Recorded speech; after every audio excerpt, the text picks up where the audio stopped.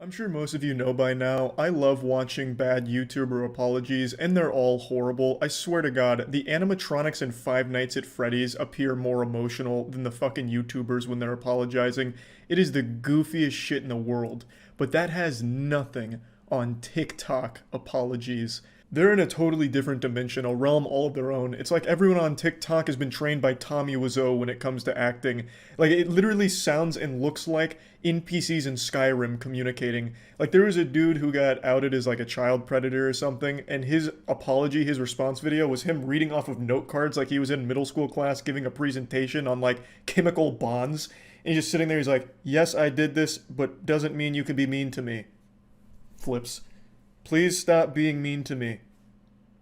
Flips. Like, it's fucking crazy. So recently, about 5 or 6 months ago, a massive TikTok star named Sienna May was accused of sexually assaulting another TikTok star named Jack Wright. There were videos that came out that showed Sienna doing questionable things to Jack Wright's body while he was unconscious, and there's just a lot of evidence that led to these allegations against her. And recently, like 5 or 6 days ago, he made a video finally going over everything, and it's really sad. It is really just a very sad, awful situation. And I actually knew about this about 5 or 6 months ago because she released the worst apology video I think I've ever seen. And I don't say that lightly. I feel like I say that every time a new apology video comes out, but somehow they just keep getting worse. And I don't think anything's gonna beat Sienna May's. She took it down today, unfortunately, so the only way I'm going to be able to show it to you is when we watched it on stream, twitch.tv/moistcritical. Come stop by, put a few extra inches on your penis, put a link in the description. So I'm going to show you that and then go over it a bit further. So I do remember her because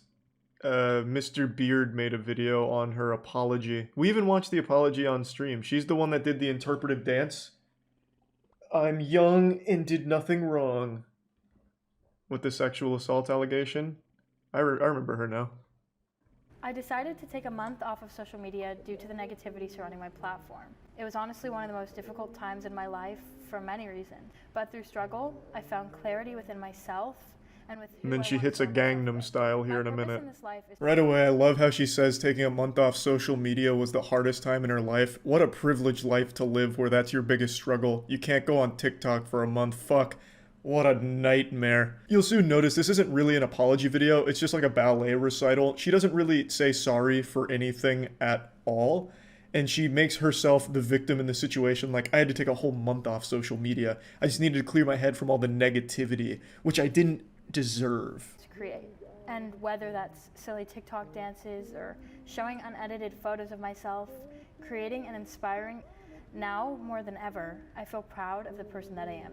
Even if I can only inspire one person, I will have done what I was put on this earth to do. Yeah, this is all very inspirational. It's motivated me to climb a mountain. But what does it have to do with anything at all? I mean, yeah, this is obviously very powerful. It's putting tears in my eyes with how motivational it is, but what does it have to do with anything? It doesn't address anything. It does nothing.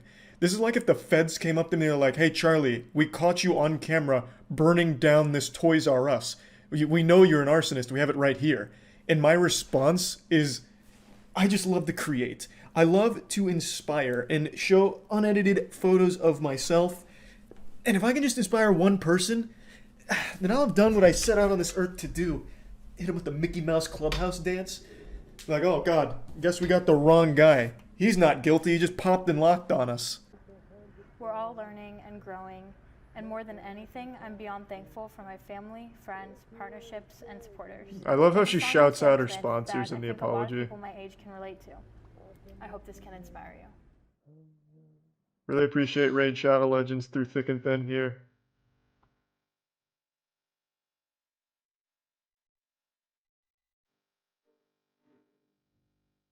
Like, how can you not forgive her after this?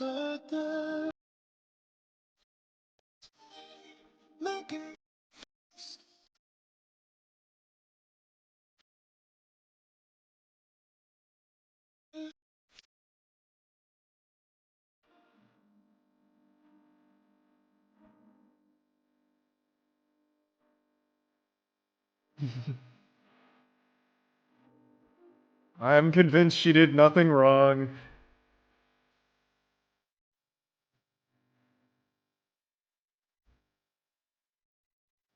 I was very inspired. Not a single apology here, making sure to let the sponsors know that she still appreciates them so they don't feel left out here. Overall, I mean, it doesn't get better than that. That is about as good as it gets, I'd say.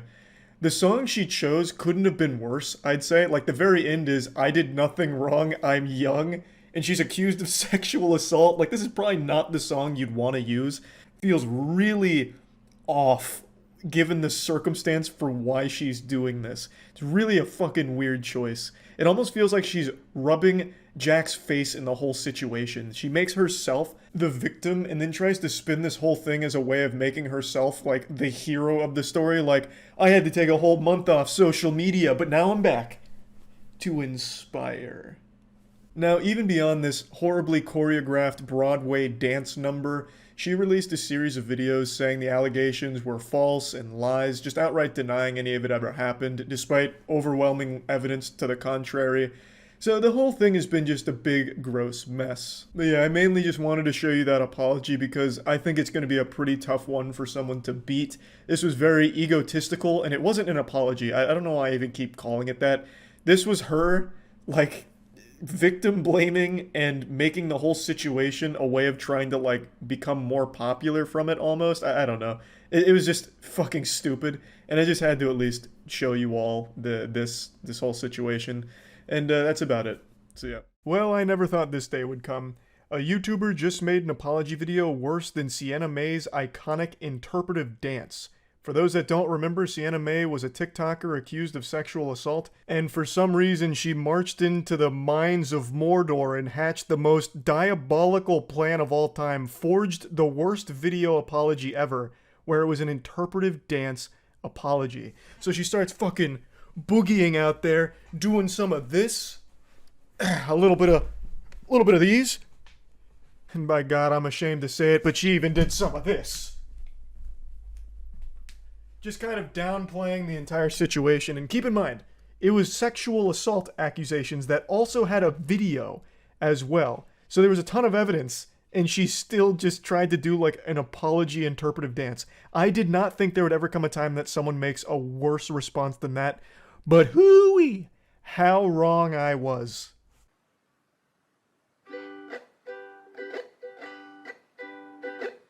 Hey, it's been a while since you saw my face.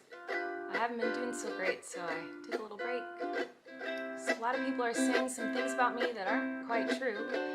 Doesn't matter if it's true though, just as long as it's entertaining to you. That bleeding in your ears is normal. This is a ukulele apology video. She's turned her accusations and her response into a Disney musical number here, I suppose. She's got a whole little Broadway moment here to sing and talk about it. Now, before getting into it, let me give some context on what she's apologizing for. Colleen Ballinger is most known for her Miranda Sings character. If you've been on YouTube for a long time, you've definitely heard that name before. She was a massive superstar on the platform. She even had her own Netflix show. And recently, another YouTuber named Adam McIntyre has really started to spearhead this information about her past and everything that's happened to them, as well as the group chat that she used to have with a lot of her fans that were minors, and the way she conducted herself. She's been accused of like asking for ass pics from her fans, and again, most of these fans were minors at the time. She'd even send really weird videos to them. It's just, there's been a ton of evidence of very unacceptable shit, so she's been accused of like grooming as well as being a predator, and this video that she made is her response to those very serious allegations. All aboard the toxic gossip train. You're chugging down the tracks of misinformation. The toxic gossip train. You got a one-way ticket to manipulation station. Nah, she's giving us a one-way ticket to defecation station, because this is some shit here. I don't know how she thought this was a good idea at all. She doesn't even disprove any of the allegations. She just calls it the toxic gossip train, like it's some kind of little musical number out of Magic School Bus or something that she's not taking seriously. In the face of very serious claims, she decides to put on the entire clown outfit and grab her trusty ukulele and go to battle. But it's not really a battle because she doesn't even really tackle any of the claims. She doesn't refute anything or defend herself. She just makes a song. Toxic gossip train, tie me to the tracks and harass me for my past. Cause rumors look like facts. If you don't mind the gaps, I won't survive in the crash. But hey, at least you're having fun. I'm sorry to keep pausing this so frequently, I just have so much to say, and trust me, I'm really doing you a favor with all of these breaks here to give you a brief, respite from the fucking unbelievable cringe. This is some pure, undiluted, unhinged delusion here. This is so strong, I feel like it needs to be added to the periodic table, the element of delusion that she is displaying here. This song is fucking haunted, honestly. This is like that track out of Courage the Cowardly Dog with Velvet Vic, where sucks you into the record player. That's this song, but it sucks you into a group chat where she's asking about your first period and asking for ass pics or something. But the reason I'm pausing it here is because this is something she falls back on a lot in the song, and I don't want to just keep playing too much of the song. She seems to think that a lot of people are taking pleasure in watching all of this and says oh, it's all untrue, but you're just doing it because it's entertaining and you're having fun. I've never fully understood that perspective because I imagine most people don't have fun learning that people they grew up watching or people they were at least aware of being a big influence turned out to be absolute fucking scumbags. Groomers, predators, all these horrible things. No one has fun with accusations like that, I don't think. Certainly not the victims of it. The victims of Miranda Sings, Colleen Ballinger here, definitely aren't having any fun here. This has been mentally damaging shit that they've carried for a long time. Now, I do think there is an argument to be made about YouTuber apologies as entertainment. I made a whole fucking tier list on it. There is an element of fun to watching a completely disconnected from reality weirdo do something like Miranda Sings has done with this fucking singing apology. It's hard not to point and laugh at the absolute insanity of that situation. But in those cases, no one's laughing about the actual allegations. Nobody wants someone in a position of power like Miranda Sings, Colleen Ballinger, to turn out to be a groomer or a predator. Hi everyone. I've been wanting to come online and talk to you about a few things. Even though my team has strongly advised me to not say what I want to say, I recently realized that they never said that I couldn't sing what I want to say. So. Holy shit, she's done it. She's activating 100% of her brain. What an incredible loophole. Checkmate, lawyers. Her legal team must have been there no! She got us. How did we not think of that? We never said she couldn't sing it. Damn, she's good. Many years ago, I used to message my fans, but not in a creepy way like a lot of you are trying to suggest. It was more of a loser kind of way, where I was just trying to be besties with everybody. There were times in the DMs when I would overshare details of my life, which was really weird of me. I haven't done that for years, you see, because I changed my behavior and I took accountability. Let's go on the toxic gossip train. If you have anything to refute the claims, why don't you present it instead of doing your little talent show ukulele act? She's saying that this video, in the beginning of the song, she's saying that she's only going to be talking about the facts, and then provides nothing. The facts must have been out of town during the filming of this because she does not present them at all. She doesn't provide anything to refute any of the claims. All she does is say no, that's all wrong. Those aren't the facts. You guys are falling for the toxic gossip train. Misinformation super duper station. Whatever. She doesn't actually provide any evidence, any counterpoints, nothing. All she does is just say that it's a lie. That's it. And I guess you're just supposed to take her at her word because she's singing it? It doesn't make any sense. This is just invalidating to all of her victims. She is actually laughing in their face with this video, I feel. It's pretty disgusting, actually. I don't understand how she thought this could possibly be perceived in any meaningful, positive way. Because again, she doesn't defend herself. She doesn't refute any of the claims of all of the grooming accusations. If she thinks that all of this is overblown or incorrect, why wouldn't she come forward with her evidence to support that and say nope, this is where all of this is wrong, this is where it's false, this is where you've been lied to and manipulated. She doesn't do that. All she has here is this dumb little fucking song. I just can't even wrap my head around the thought process. In all seriousness, I do think it's really important to hold people accountable for their mistakes. We should hope that everyone can learn from their mistakes and grow and change their behavior and be a better person. And this is something that I've always tried to do when I make mistakes, and it's something that I will continue to try to do. What? Oh, you don't care? Oh, okay. I thought you wanted me to take accountability, but that's not the point of your mob mentality, is it? No. Your goal is to ruin the life of the person you despise while you dramatize your lies and monetize their demise. Once again, this is just like shitting on the victims that have come forward. There are tons and tons of messages as well as videos, like just an overwhelming amount of evidence that's all pretty damning on Colleen Ballinger's behavior from these group chats, as well as just a lot of other things over the years. And in the song, she just reduces that to, it was just a weird loser sending cringe. It was just a goofball doing loser weird stuff.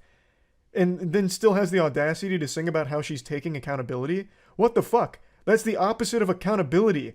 You're minimizing, downplaying the very real harm you caused to your underage fans through these group chats, these interactions, and all the shit that you said and sent. That's not taking accountability. You are literally doing the exact opposite by saying, like, it's really not that big of a deal, it's just kind of weird, that's all. And then she goes in to just say about, like, this is just directly shitting on the victims. She goes then into the next part saying that the reason there's a mob mentality is because they're coming forward with all of these lies to monetize her demise because they don't like her. Well, Colleen Ballinger, let's supersize the McDonald's fries here. You're fucking insane. What are you talking about? How could you even, like, actually put this out there? I don't know how she could not only write this song, perform this song, and this is definitely not her first take, so go through this song multiple times, edit it, and then post this without realizing just how... I don't even know the right word. It's like almost downright evil she comes across. Because, again, this is like spitting in the face of all of the victims that have come forward with a ton of evidence against her, saying it's not a big deal, they're wrong, they're just doing it for clout. It's so sickening. Yeah. I feel like I can already hear the comments on this video. She's gaslighting, manipulating. Oh, she's a narcissist and a rat. I would never make a mistake like that. Oh, I'm sorry, I didn't realize that all of you are perfect, so please criticize me. Bring out the daggers made from your perfect past and stab me repeatedly in my bony little back. This is gonna come as a surprise, this is gonna be shocking. But yeah, most people aren't making mistakes like this. This isn't one of those like whoops-a-daisy mistakes that everyone makes in their life. Most normal people are going to go through their life without ever doing anything close to what you're accused of doing. Talking sexually with minors in a group chat, sending used underwear to kids. The list goes on, and she beats this point home about like how she's just made like a little mistake here and it doesn't make her a bad person. But this is, again, one of those mistakes that like actually does make you a bad person. This isn't like a little mistake. Like, she makes it sound like, oh, you don't have the right to criticize me because you're not perfect, your past isn't perfect. But most people's past isn't exactly one that's plagued by degeneracy like this. So, no one's perfect, of course, but that doesn't mean that people don't have the right to criticize you for just how ridiculously awful the shit that you are accused of doing is, and also how terrible this response is. I'm sure you're disappointed in my shitty little song.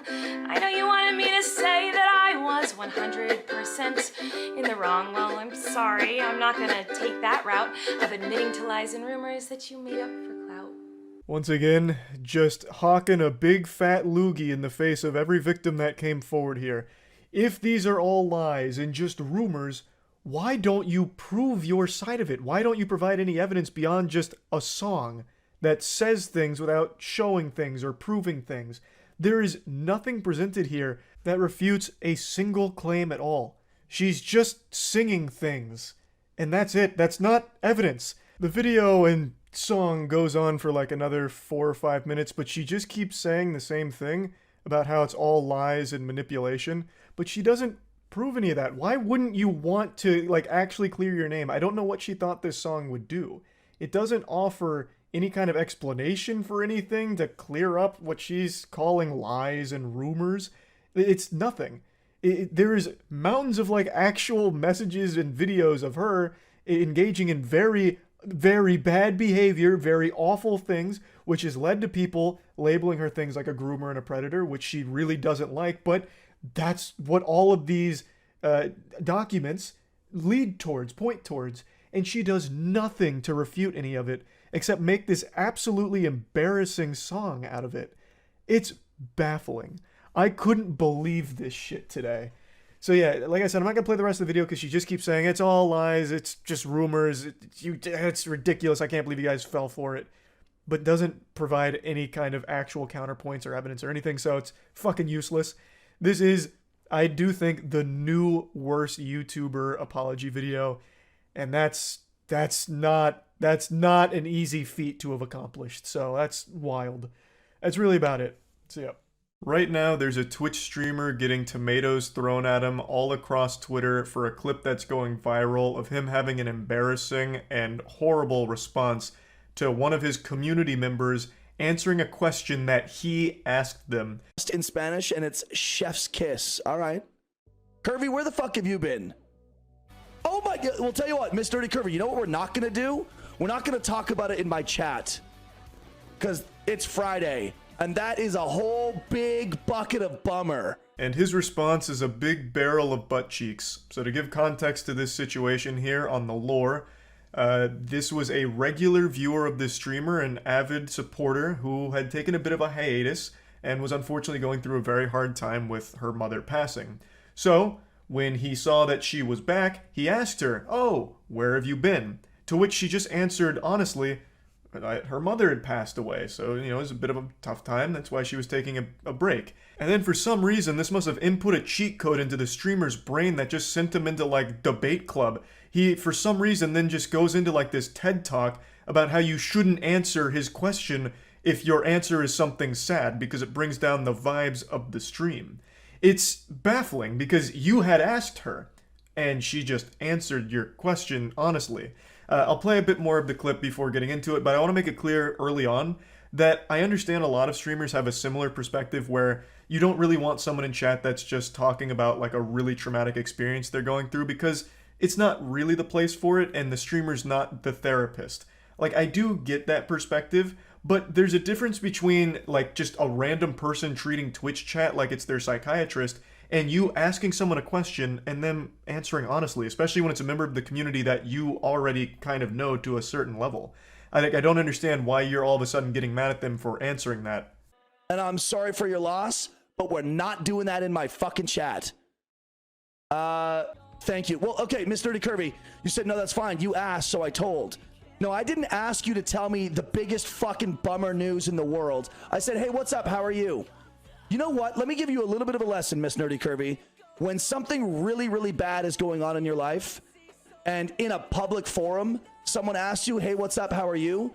There are two acceptable responses. Good, and you know what? I'll make it through. That's it. So you want to just talk to NPCs that only have two dialogue options.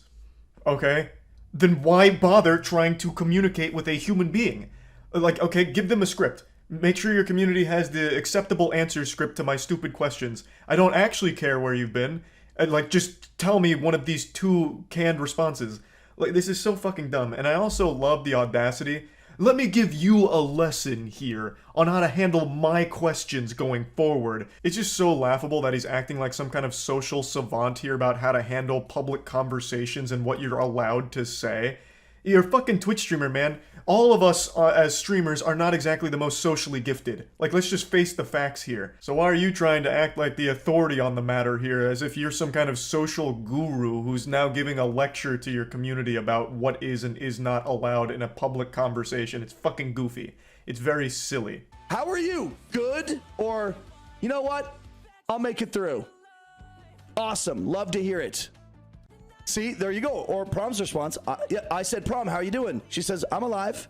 You know what's just as easy as those two responses is you being able to respond with some level of empathy like, oh man, that's terrible, I'm sorry to hear that. Or, damn, that's awful news, stay strong. Or, man, shit, that's terrible, hopefully today's stream can lift your spirits a bit. Like, you also have equally easy responses to, like, instead of dwell on the negative here and for some reason try and shame her for answering your question honestly. You could have just as easily had a very simple and empathetic response to it and moved on from it. But instead, now you're putting all of it on her and blaming her for bringing down the entire atmosphere. As if she somehow forced you to enter your goofo mode here, your insano style tantrum that you're throwing.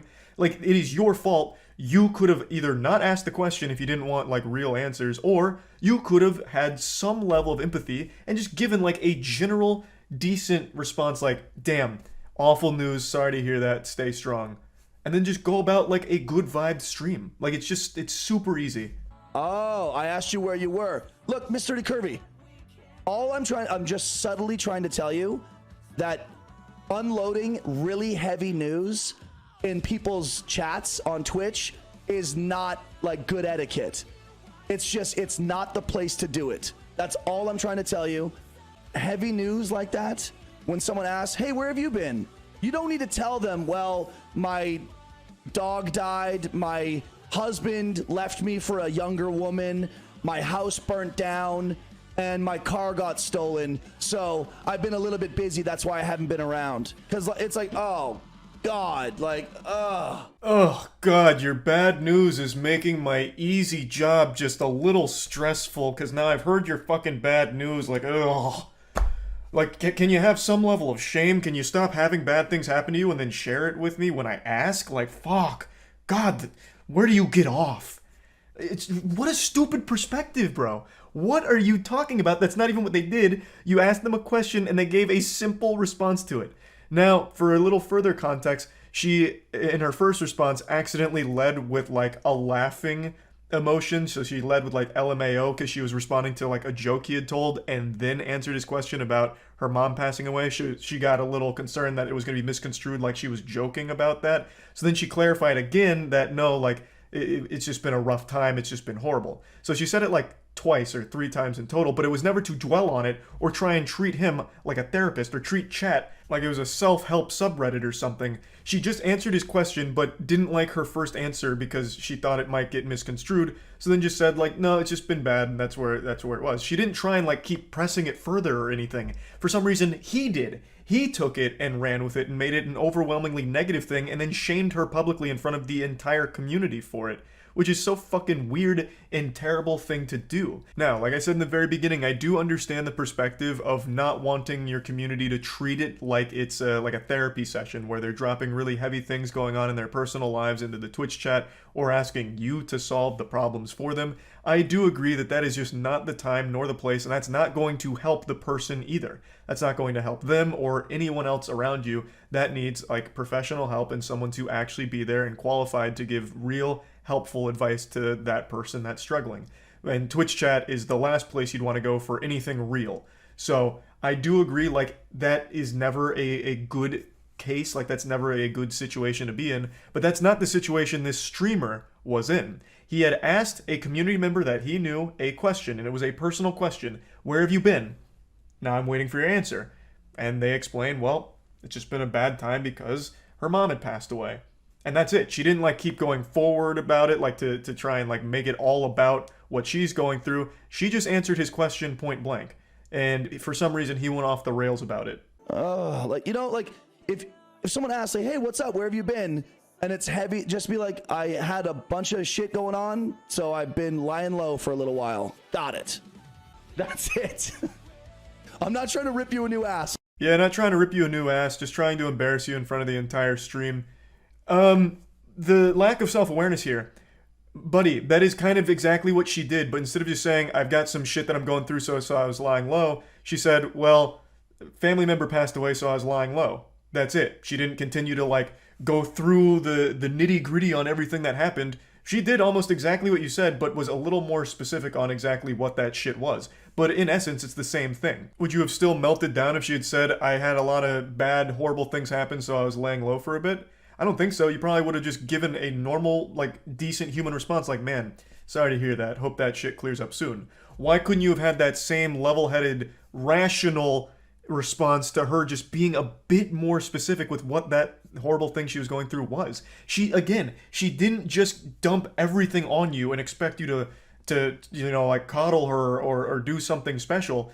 Like, she just answered your question. So this is where the viral clip ends, but he did have a response to this, and it's really worse than you're probably imagining. But before getting to his response, I want to hit you with a bucket of cold water to shock you with some statistics here.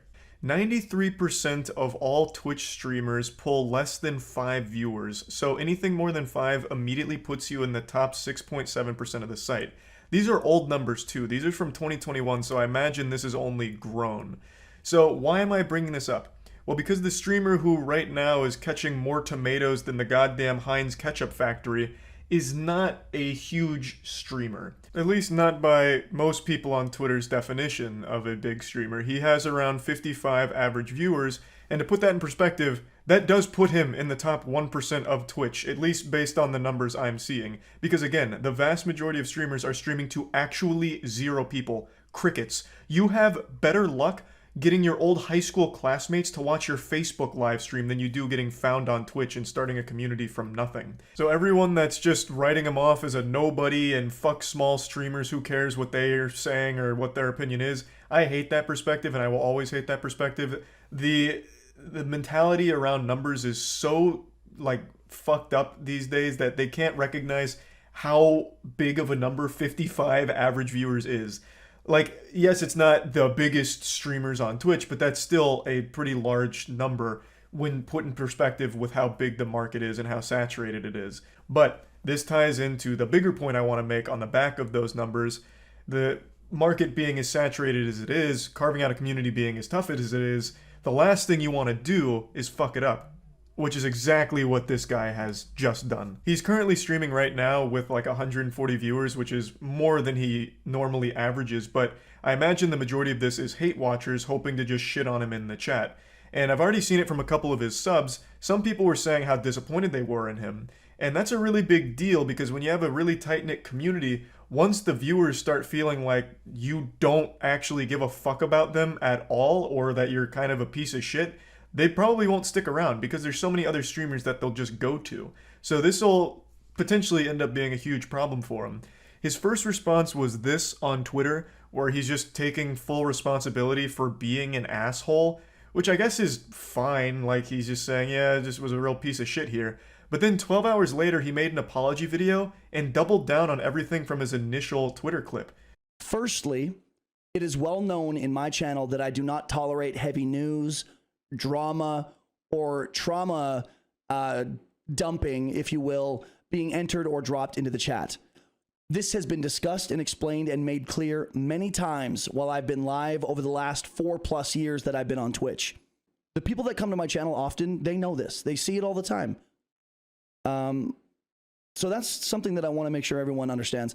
He directly blames her for violating his terms of service for being a chatter, basically, saying, I have very strict rules, you're not allowed to kill vibes with bad news or anything drama-related or heavy. Okay, then don't ask questions that could potentially lead to, like, someone being honest with you, man. Not everything in the world is going to be sunshine and rainbows. So why ask a question to your viewers that they might just be open about if you don't want to actually hear it?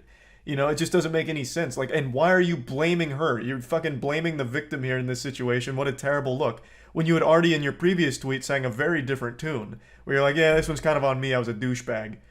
What changed? All of a sudden now, you woke up this morning and you feel like you're not a douchebag, you're a superhero. In fact, she's the villain because she didn't follow your strict chat rules. This is not the first time that she's violated the expectation that people not share heavy news in my channel. The frustration from having her argue in chat that she was, quote, just answering my question, even though she's been spoken to about this type of thing before.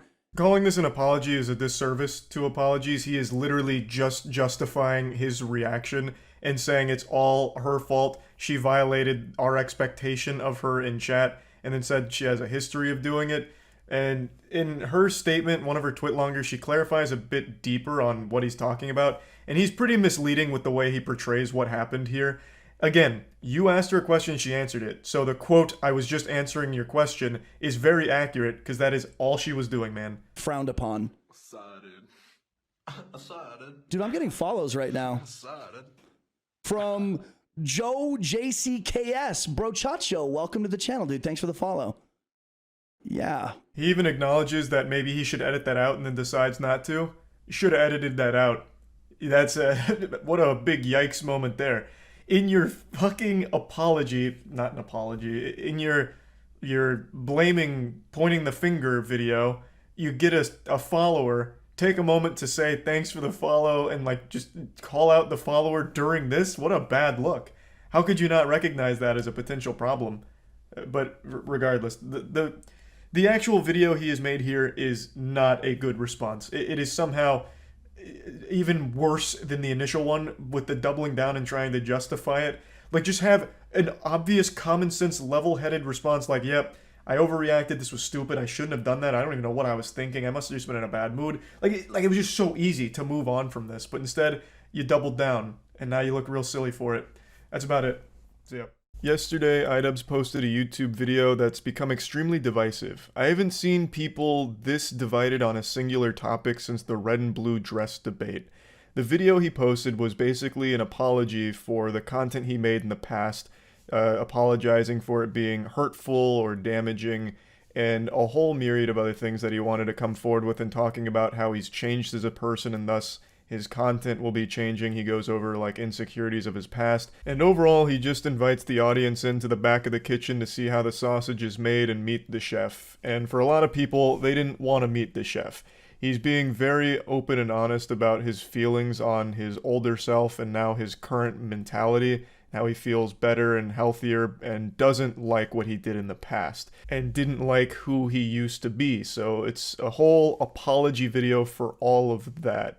He releases more feelings in this video than Pandora's box, and I kind of want to go over this whole situation because I have a lot of thoughts on the topic, not only as it pertains to iDubbbz in particular, but just in the general creator space. There's a few things that I want to talk about here. For a while, I felt like if I changed my content over time, that people would see that as a reflection of who I am and what I value, but I'm starting to realize that that is a very weak and passive way to, run my channel and live my life. I'm sorry to immediately come in here with the Phoenix Wright objection, but I completely disagree with the sentiment that it's weak or passive to change your content and expect people to see that as a reflection of yourself. That's pretty much the optimal way of handling any kind of situation in which you're not comfortable with either your audience or the content you've been making. By changing the content over time, you're changing the audience over time as well, obviously, right? The people that subscribed for your previous catalog of content might not stick around for the stuff you start creating when it goes in a different direction, and that's a totally fine thing. I don't think there's anything weak about just making different content and growing individually without having to come forward and share that growth with your audience. At the end of the day, your subscribers aren't your friends. You don't know them and they don't know you. That's the brass tacks of it. Sorry to blast the cold water in your face first thing in the morning. You don't owe them an explanation for why you're changing your content. You're welcome to tell them. I think that's totally within your right to do. But I really disagree that it's weak if you don't explain why you're changing your content. You can just make different stuff and go in that direction where you're happier without ever really needing to come forward and like really lecture on why. I think I should have the balls to make an apology video and take accountability for the mistakes I've made. So that's what this video is. I am responsible for creating a lot of hurtful and damaging content on this channel. And I've also created a culture of apathy and I don't know, a lot of like cruelty as well. Like, some of the videos I've made have been very not edgy. I don't think they some of these videos were edgy. I think they were just outright cruel. It sucks to hear that this is how he thinks about his old content and his old self. It's always a very difficult realization when you look back on, the you of a few years ago disappointed. Like, I used to be 5'6", and I still am, but it sucks to realize that I was then too, and have been for a long time. Point is, he wasn't happy with the content he made or the person he was, and now he's trying to apologize for the videos he made. And I, once again, have to completely disagree with the way he looks at it. I feel like his perspective on it is very warped by the way the internet has evolved over the years. The way he talks about this content makes it sound like he used to fucking murder puppies for these videos, which it was never that extreme.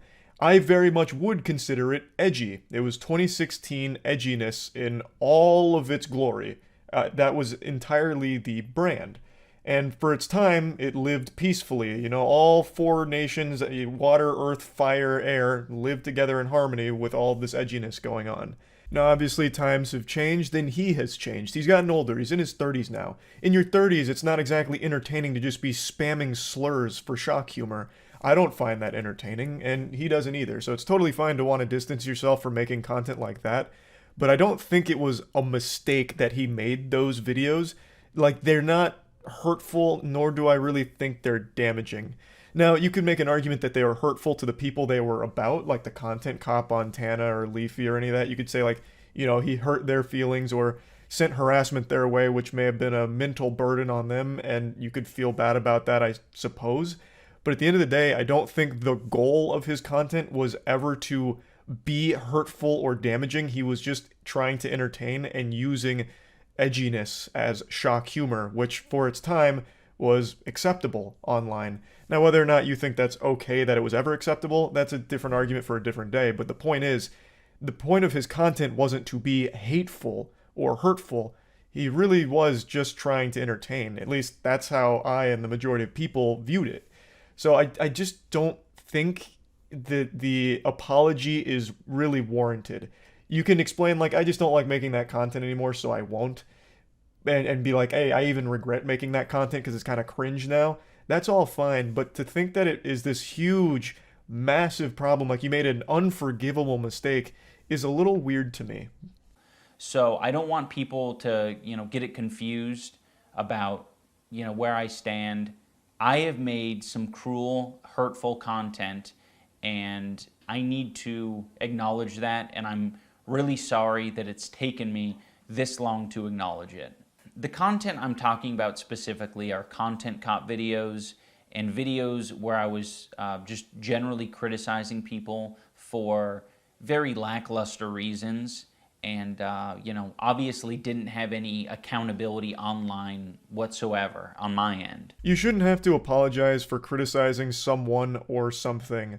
Voicing your opinion on a subject is a totally natural thing to do. I get criticized, I criticize others, people criticize movies, games, music, all of that. And to try and vilify the idea of criticism being evil, I think is a little dangerous, because then you just create these echo chambers and no one ever really grows from that. I think it's totally fine if you regret the way you criticize things, the way you approach the subjects. If you regret how you handled it, that's okay. However, I wouldn't necessarily say that you were picking apart people for lackluster things.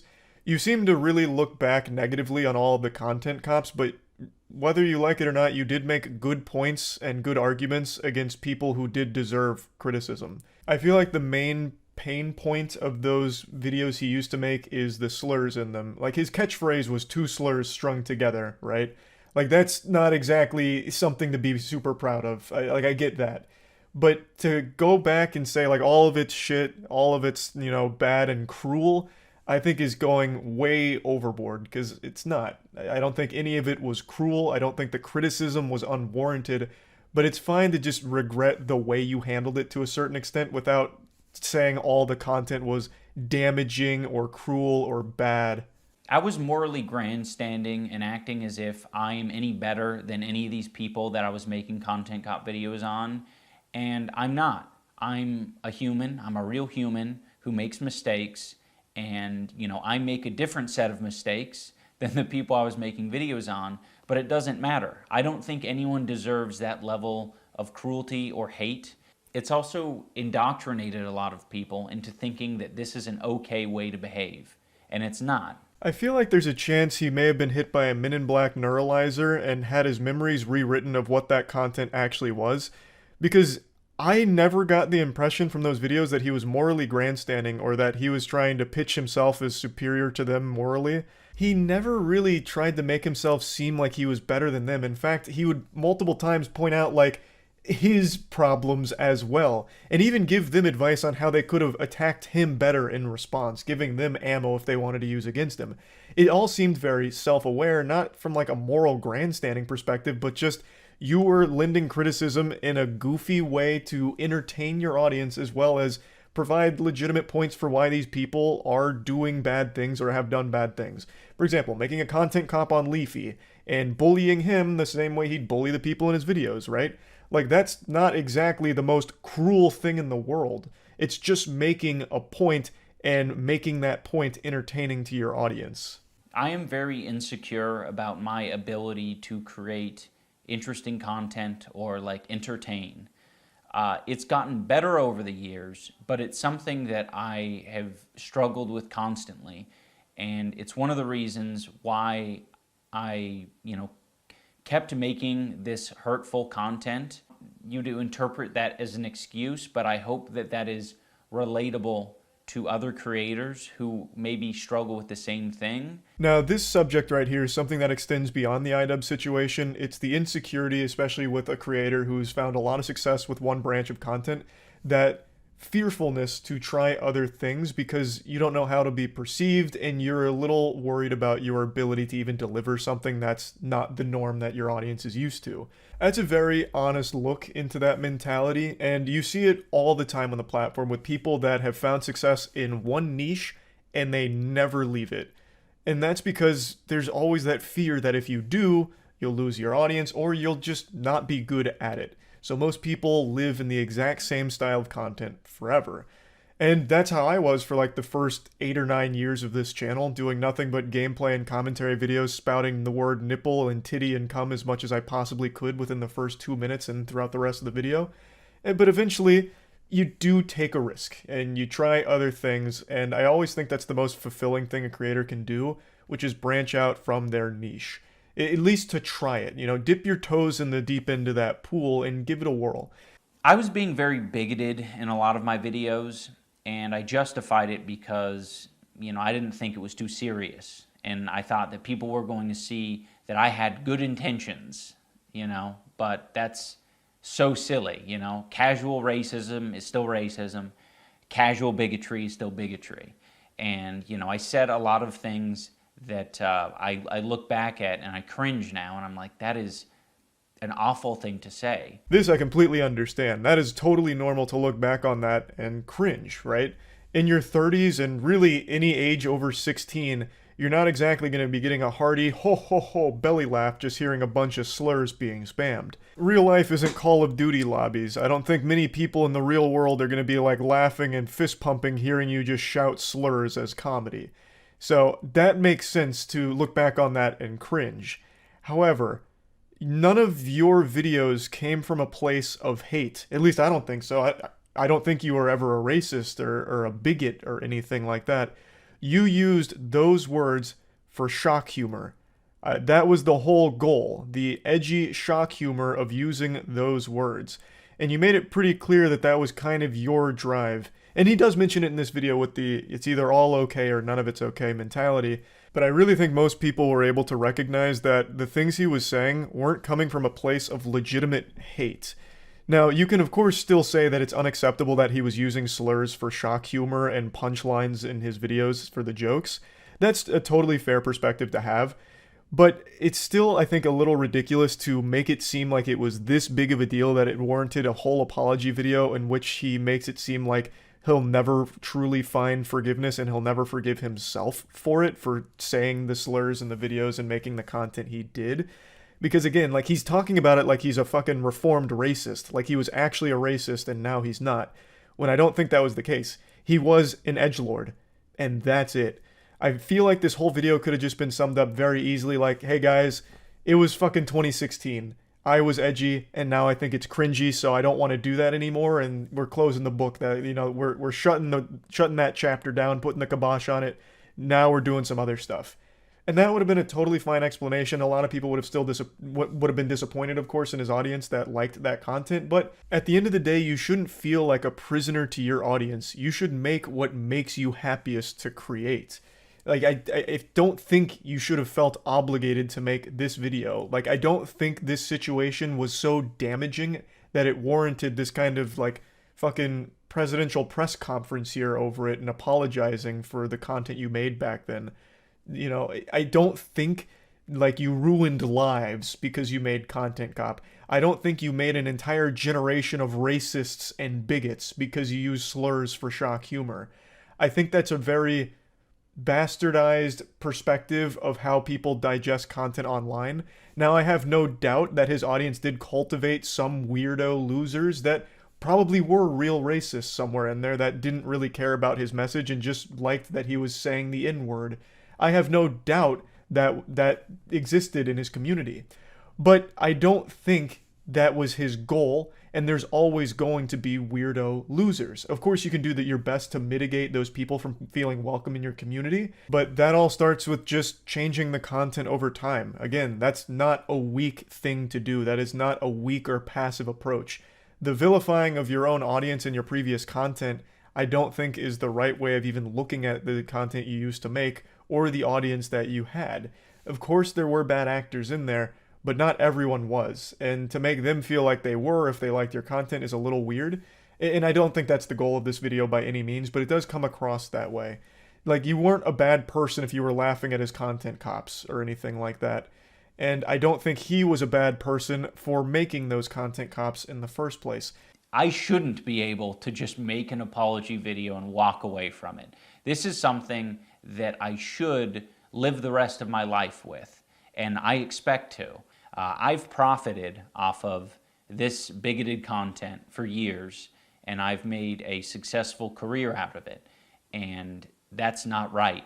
I think that this is only a step in the right direction, and I know that a lot more needs to be done to even approach a life that I would think would be like acceptable. You don't deserve to be fucking publicly flogged with tomatoes thrown at you for the rest of your life and skinned alive because you made edgy videos in 2016, man. It's just not that big of a deal. It feels horrible hearing this from him, knowing that it weighs so heavily on his mind that he made these videos, so he feels like he's a real piece of shit for doing it. You just made edgy YouTube videos. You didn't ruin anybody's life. You didn't create a fucking army of racists and bigots. The content itself isn't bigoted content either. You used edgy shock humor. And I don't think that makes you a bigot that you're going to have to atone for those sins for the rest of your life over. I am running ads on this video, and any revenue generated from this video I'm going to match and donate to an organization that would have been particularly affected by the type of rhetoric that I've been spewing on this channel. And again, this isn't the end of what I'm doing. This is just the start. You'll get no complaints from me here. I'm always on the side of helping people, so anything charitable, I'm always for. Though I don't think it was necessary or anything, I still think that's a nice gesture regardless. But he uses the word rhetoric here. And that again makes it sound like these videos were coming from like a legitimate racist, which I don't think they were. I really don't. At least I don't want to believe that iDubbbz used to be a racist and he was using that to try and propel his beliefs forward. He really it seems like he was really just using these words as shock humor, which is cringy, sure, very cringy, and that is absolutely fine to point out. But it doesn't strike me as something that was genuinely ruining people's lives hearing that kind of shit. It's just kind of like an eye-rolling thing to look back on now, like, ugh, that's fucking lame. And that's really it. I just don't think it goes too much deeper than that. Like I said, I have no doubt there really were some dangerous weirdos that did hold dangerous beliefs in his community. But I don't think he made them. I think they were there when they found his content to begin with, and they stuck around because they just liked hearing the edgy words spoken out loud. That's it. I don't think he made them. He wasn't the Frankenstein to their monster. Now, I don't want to just keep dissecting every single piece of the video here. I want to kind of branch this out into a broader talking point about when a creator starts to resent the audience and community they've fostered. Because that's fundamentally what's happened here. iDubbbz has grown up now. He doesn't like what he made when he was younger, and he doesn't like the audience that he made along the way, along the journey. he mentions a couple of times in the videos, like, some of these eureka moments where he's like, man, this is really fucking frustrating, the people that are in my audience. Well, he doesn't blatantly say that, but he tells a couple anecdotes about, you know, going to conventions and meeting fans and it being kind of like this mirror held up to him that he didn't like the reflection of. And that's a very interesting and unfortunately pretty common thing to have happen online, where someone spends a long time building their brand and building their audience. And as they grow, they start to really resent the audience that they have. And usually this comes in one of two forms, where you have someone like Darkside Phil. I've used him as an example before, but he has an audience that he doesn't seem to really like, but he needs them because they pay his bills. So he has to constantly keep doing the same things in order to keep the lights on. And I imagine he feels trapped by his viewers because he has to keep doing this song and dance in order to get the money from them, but doesn't like what he's doing. And it also happens to other creators as well who spend a long time building their identity online, but they don't like what they're doing and they don't like the people that are watching them. So then they try and make some kind of change and then get eaten alive by their community, which only further reinforces their disdain for them, which leads to a really toxic community where everyone's at each other's throats. There's countless examples of that. Point is, that experience online is all too common. And when it does happen, a creator's left with a choice.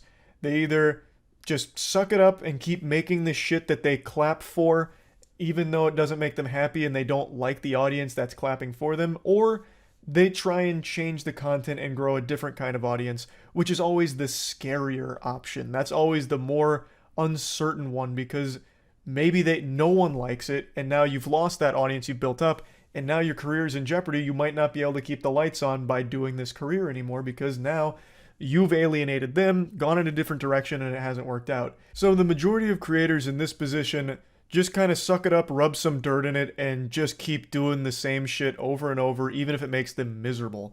And that's why you'll see a lot of creators burn out. So I'll always respect the creators that choose the harder path here of pivoting and changing their content, doing what makes them happier, even if it means taking that huge risk of losing the audience you've built up over time. Even though I disagree with iDubbbz' perspective on his older content being damaging or dangerous or indoctrinating, I still do respect that he didn't like what he was doing, so now he's doing something that he likes more. Even though it is coming at the risk of losing his audience, he'll find happiness in the content that he makes going forward, and maybe he's happier with the new audience that he potentially cultivates through all of it. So, but yeah, anyway, just kind of wanted to talk about this whole situation. That's about it. So yeah. What's up, everybody? It's Critical. I know everyone hates YouTube drama, but I'm not one of them. In fact, this has become one of my biggest guilty pleasures, just watching YouTube drama unfold from afar. This is my soap opera. This is my As the World Turns, fucking As the YouTube Burns, that's what this is. And it's great. It's just this big hubbub over very mundane things on the website, and it's become so popular recently, and I can't help but kind of tune in because it's very fascinating. And one thing I always look forward to in these situations is the inevitable apology video from one of the two sides, because they're usually just absolutely atrocious and very fun to watch. Now, I'm sure anyone watching this is familiar with the CSGO Lotto drama. To sum it up, two big YouTubers, Syndicate and Tmartn, own this gambling website for Counter-Strike skins, and they never disclosed that they owned it and manipulated their viewers into using it and all this shit. And today, Tmartn made an apology video for it, and it is turbo shitty. So I wanted to just kind of talk about it. So the video starts with Tmartn talking to his special guest Airbud, and they're running a promotional for Airbud's new movie, Airbud Gambles on CSGO Skins, and he's saying how difficult it's going to be for him to make this video. So right away, T-Sharton has made me very uncomfortable and squirming in my chair like my rectum's been tickled by a fucking porcupine, because it's the most cringeworthy attempt at using one of the most popular techniques for public service announcements and emotional campaigns, where you get a cute animal there to get the viewer's guard down, make them feel like you're being real with them, make them feel like they're being genuine, and just kind of elicit sympathy from the viewer. And Tmartn's trying to utilize this technique, but he does it atrociously. It's just an absolutely abysmal attempt, and it comes across as so fake and so forced and just sets a horrible tone for the rest of the apology video. Now, I'm not going to play too much of the video because there's nothing to really be gained by listening to this human Ken doll repeat himself. The gist of the apology is he is sorry that you were too fucking stupid to understand that he was the owner of CSGO Lotto, and he is sorry for not spelling it out for your dumb ass every single day in every single video, reminding you that he owned it. It's your fault. This controversy is nothing that he's done wrong. It is just your fault as a viewer for not knowing that he owns CSGO Lotto, and he makes it very clear that he has done nothing illegal whatsoever. That's basically all this apology video is shifting the blame for this whole controversy on his audience. It's the audience's fault for not understanding or knowing that he was the owner of the website. That's basically this whole thing. So this no-nippled Neanderthal doesn't address any of the actual complaints or issues people had about this situation. He doesn't talk about why he blatantly lied about owning CSGO Lotto. He doesn't talk about why he changed the descriptions of all of his videos to add a disclaimer in the description, and he also doesn't talk about why he pretended to find CSGO Lotto instead of saying he made it or owned it. I'm not going to get too deep into talking about the actual drama because there's nothing I can offer that hasn't already been talked about or discussed. But basically, he just pretended like he found CSGO Lotto when he brought it up as if it was some type of random chance. Oh, you know, I was on Google looking for new $2 million villas to buy that I could use as public shitting arenas where I can invite homeless people in to just shit in all the rooms in the house if they'd like, you know, because I'm a good guy, you know. But while I was looking for this, I happened to come across a diamond in the rough. It's called CSGO Lotto. I'll put the link in the description in case you guys want to check it out. It's kind of cool. It looks really nice. I hear the owner has a massive dick. It's just, it's a cool site, you know. I think it's good. I'm not associated in any way. That's basically what he did. He pretended he didn't know what it was, and he doesn't talk about any of these issues in his apology video. This man doesn't take responsibility for shit. What he needed to do was grit his tiny tic-tac ass teeth and just say, look, I fucked up, I did this, I did that, I shouldn't have done any of those things, and he would have got a lot more respect out of people, and they wouldn't have seen him as this fucking asshole that I think the majority of people see him as now after this apology video. Because all of this comes across as so fake, and just reading the comments and just looking at how people are reacting, they all see right through it. He is just sorry he got caught, that is all. He doesn't give a fuck about the situation or his audience in general. He just wants people to keep watching him no matter what so he can continue to live in his expensive 2-story mansion with his nice truck in the background and that peculiar modern art painting in the background that looks like Solid Snake inside of a Mr. Meeseek's uterus.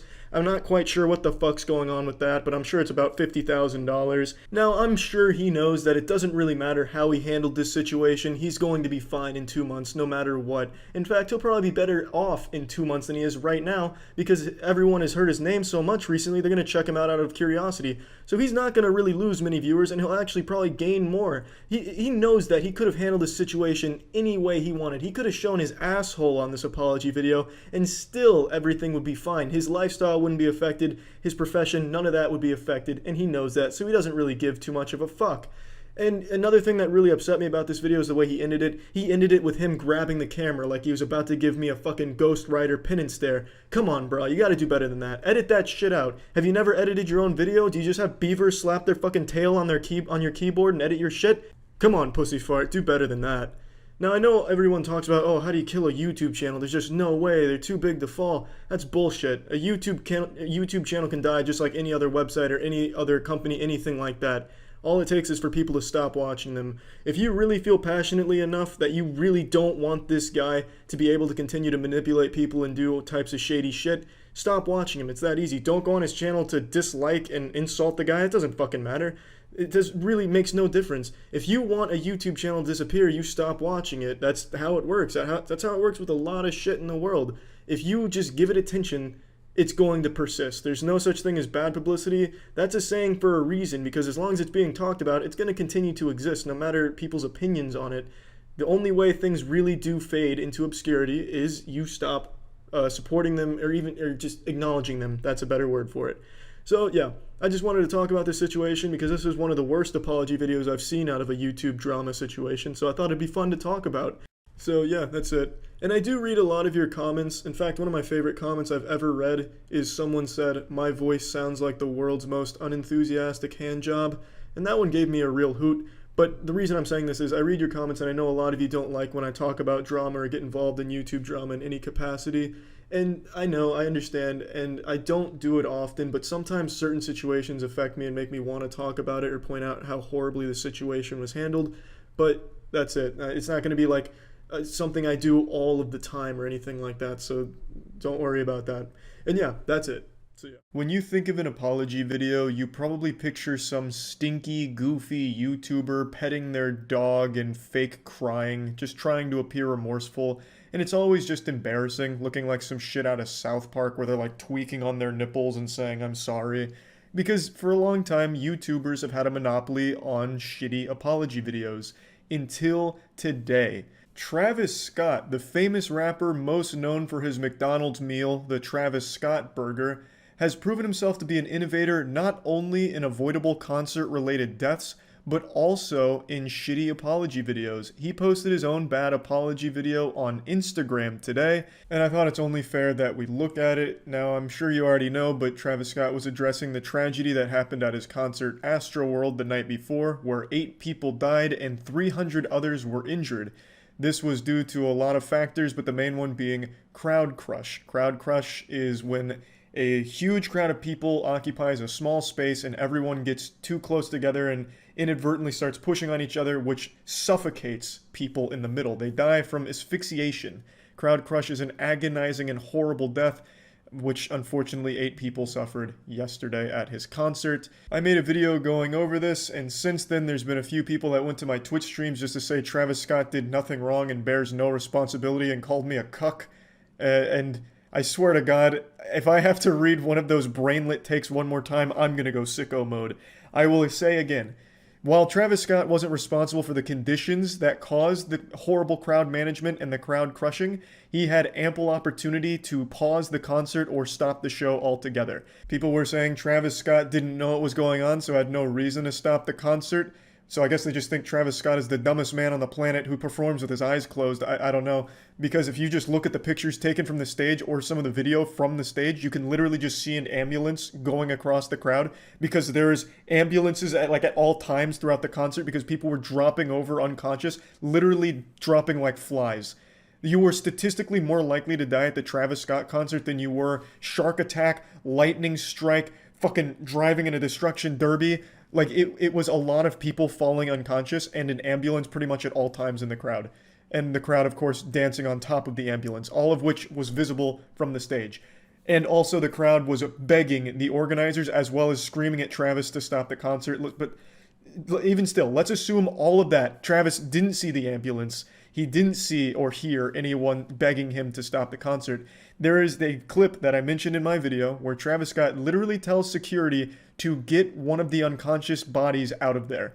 He noticed that one of the guys was fallen unconscious or something. He asked security to get him out. Security is crowd surfing the guy's body out of the venue as Travis Scott is watching and singing at the body, literally giving it a walk-off song. Travis Scott knew people were falling unconscious, as evident from that one clip alone, and he still chose not to pause, take a break, or stop the concert. He bears a lot of responsibility, and Travis Scott has stopped concerts before for much less. There's a very popular clip that's now floating around where Travis Scott crowd surfed and got his shoes taken, and he stopped the concert on the spot to spit on the guy that took his shoes and tell the crowd to beat his ass.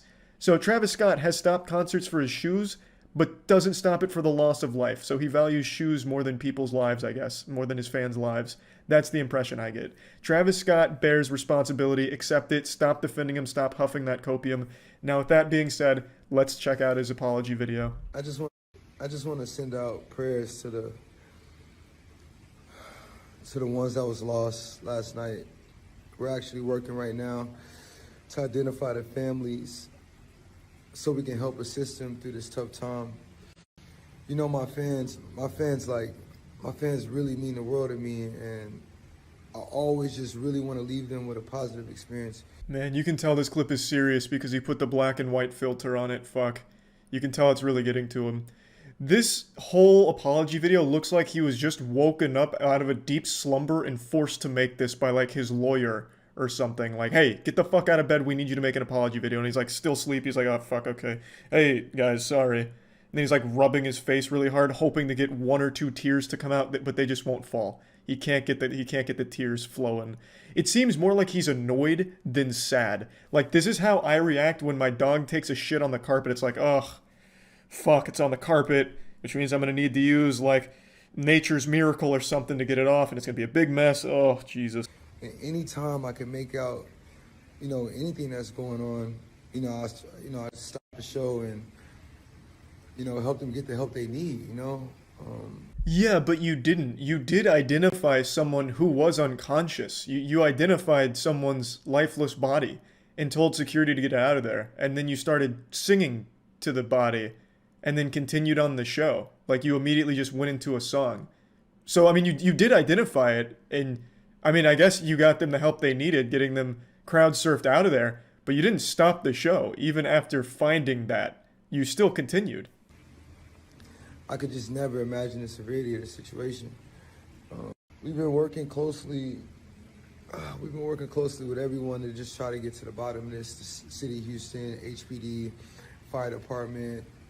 Everyone to help us figure this out. So if you have any information, please just contact your local authorities. Yeah, every single person involved in Astro World here needs to be held accountable. The second people started breaking through security checkpoints and climbing fences to flood the venue, they should have taken precautions to pause the concert, delay it, or something, because they were not equipped to handle that capacity, and this is the natural result of that.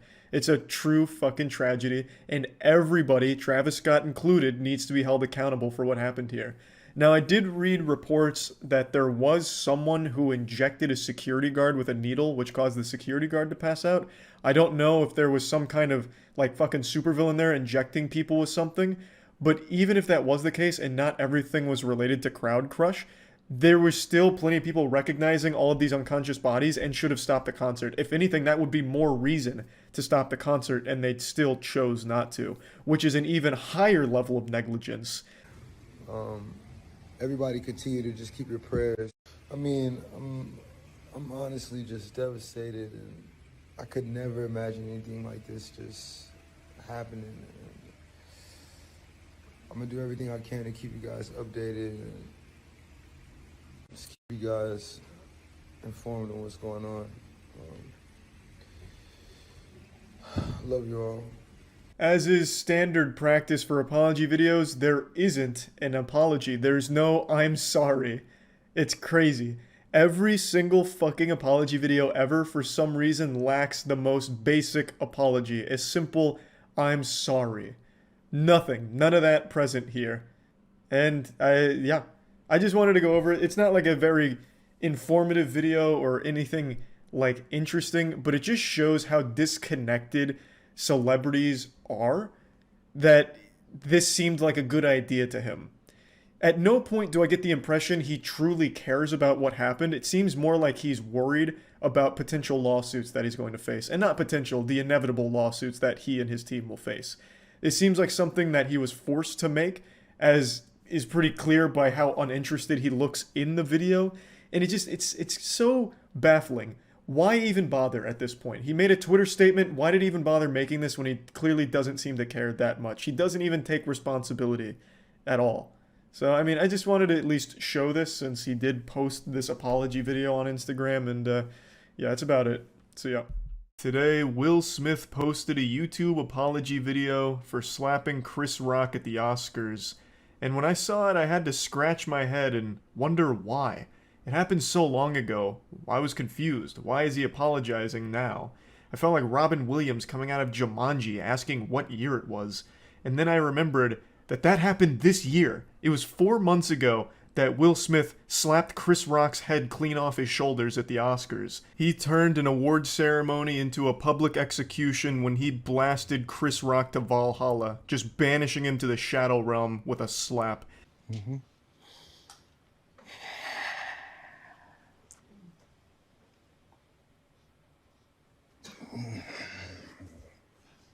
Oh baby, that's right. He starts this with the most generic YouTuber apology intro imaginable. A slow walk into a big sigh right before getting into the actual apology. Textbook. He's clearly been trained by some of the YouTuber apology greats like Logan Paul, Laura Lee, Tati. I mean, this is perfection here. Every box of YouTuber apology cliche gets ticked immediately except for one. He didn't bring his dog into it. A lot of YouTubers like to bring in an animal in order to, deflects some of the criticism with cuteness with the animal. Will Smith unfortunately must have forgot that prop this time around, but everything else he nails. Why didn't you apologize to Chris in your acceptance speech? I was fogged out by that point.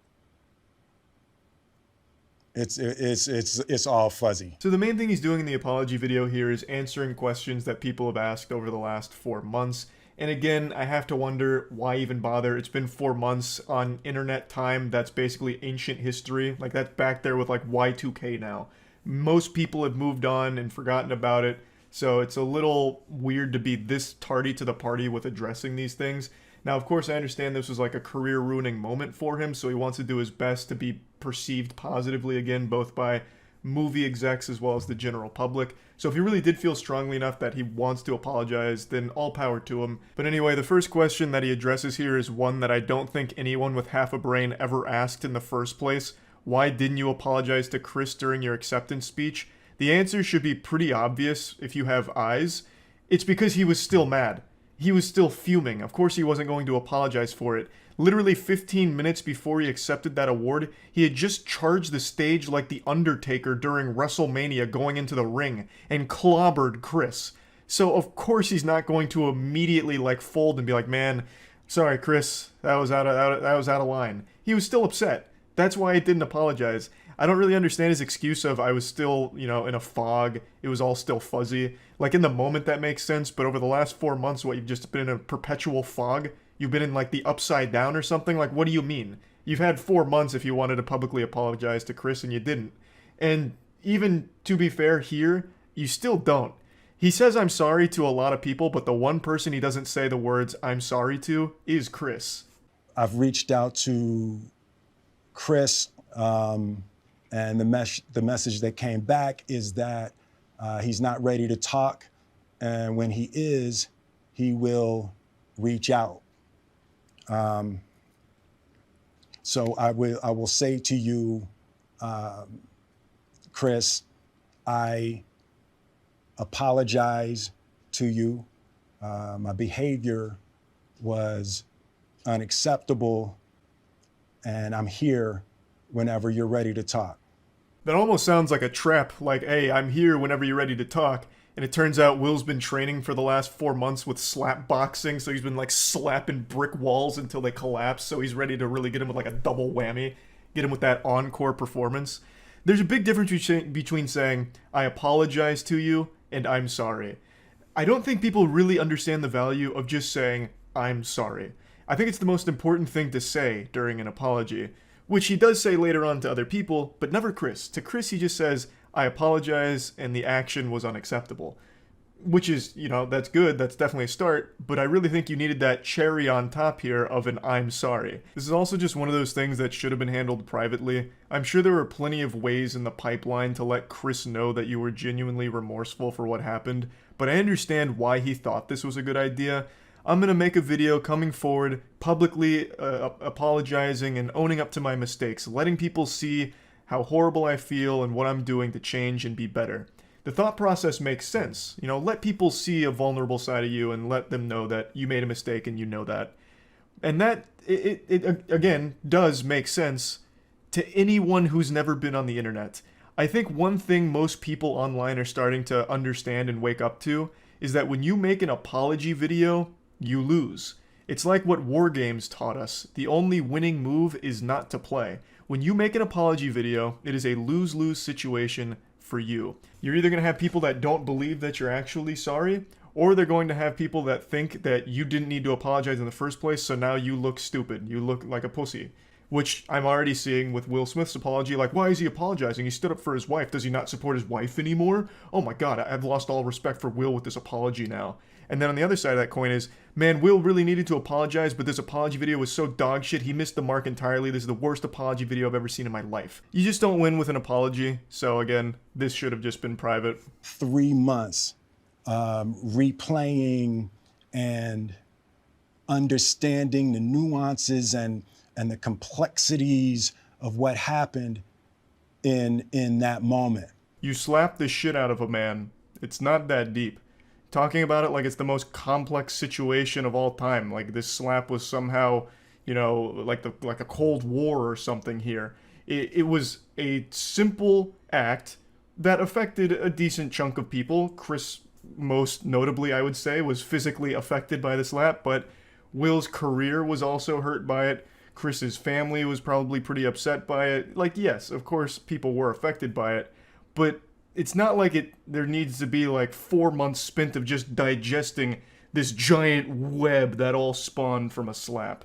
Because, again, at the end of the day, it's really not that deep. After Jada rolled her eyes, did she tell you to do something? No.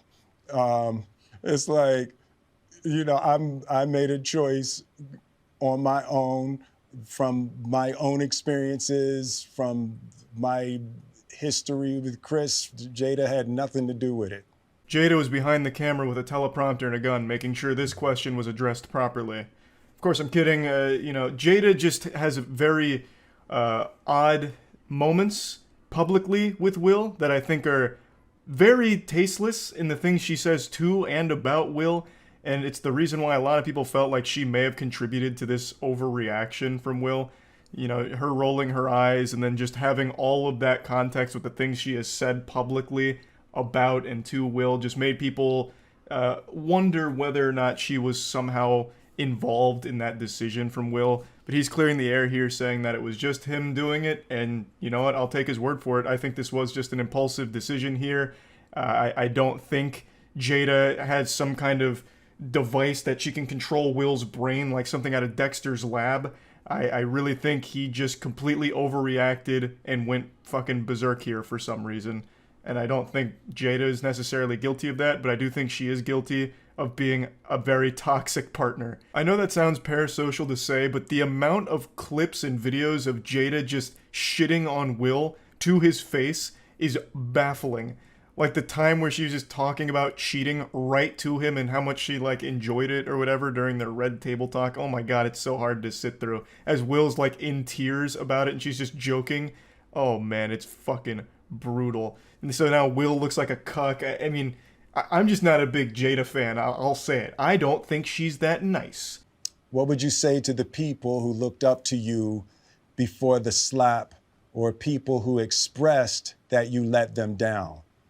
Let me just stop you right there. You don't have to apologize to me. I found this whole thing to be highly entertaining. I thought this was extremely goofy, and no one seriously got injured or anything like that.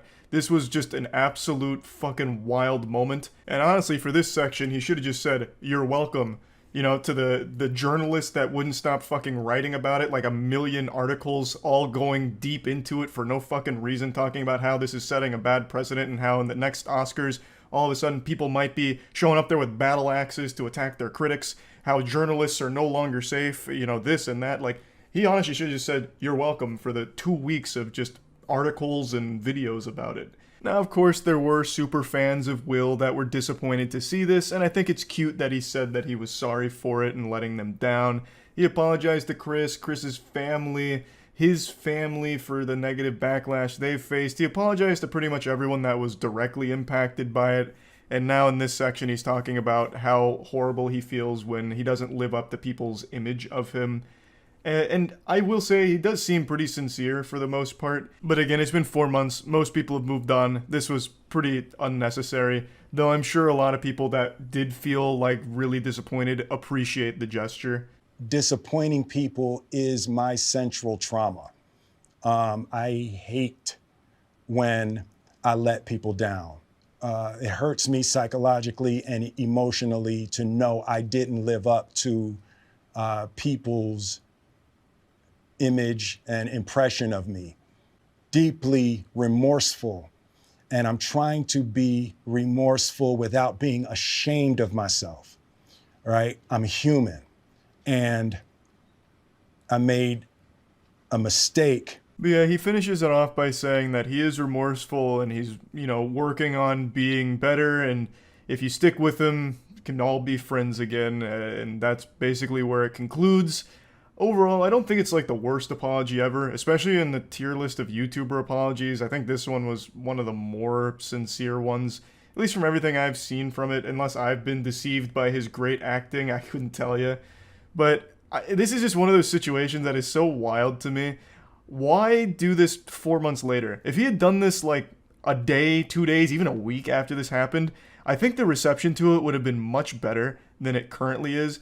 Yes, it still has, I think, a pretty positive reception overall from like his actual like dedicated fans.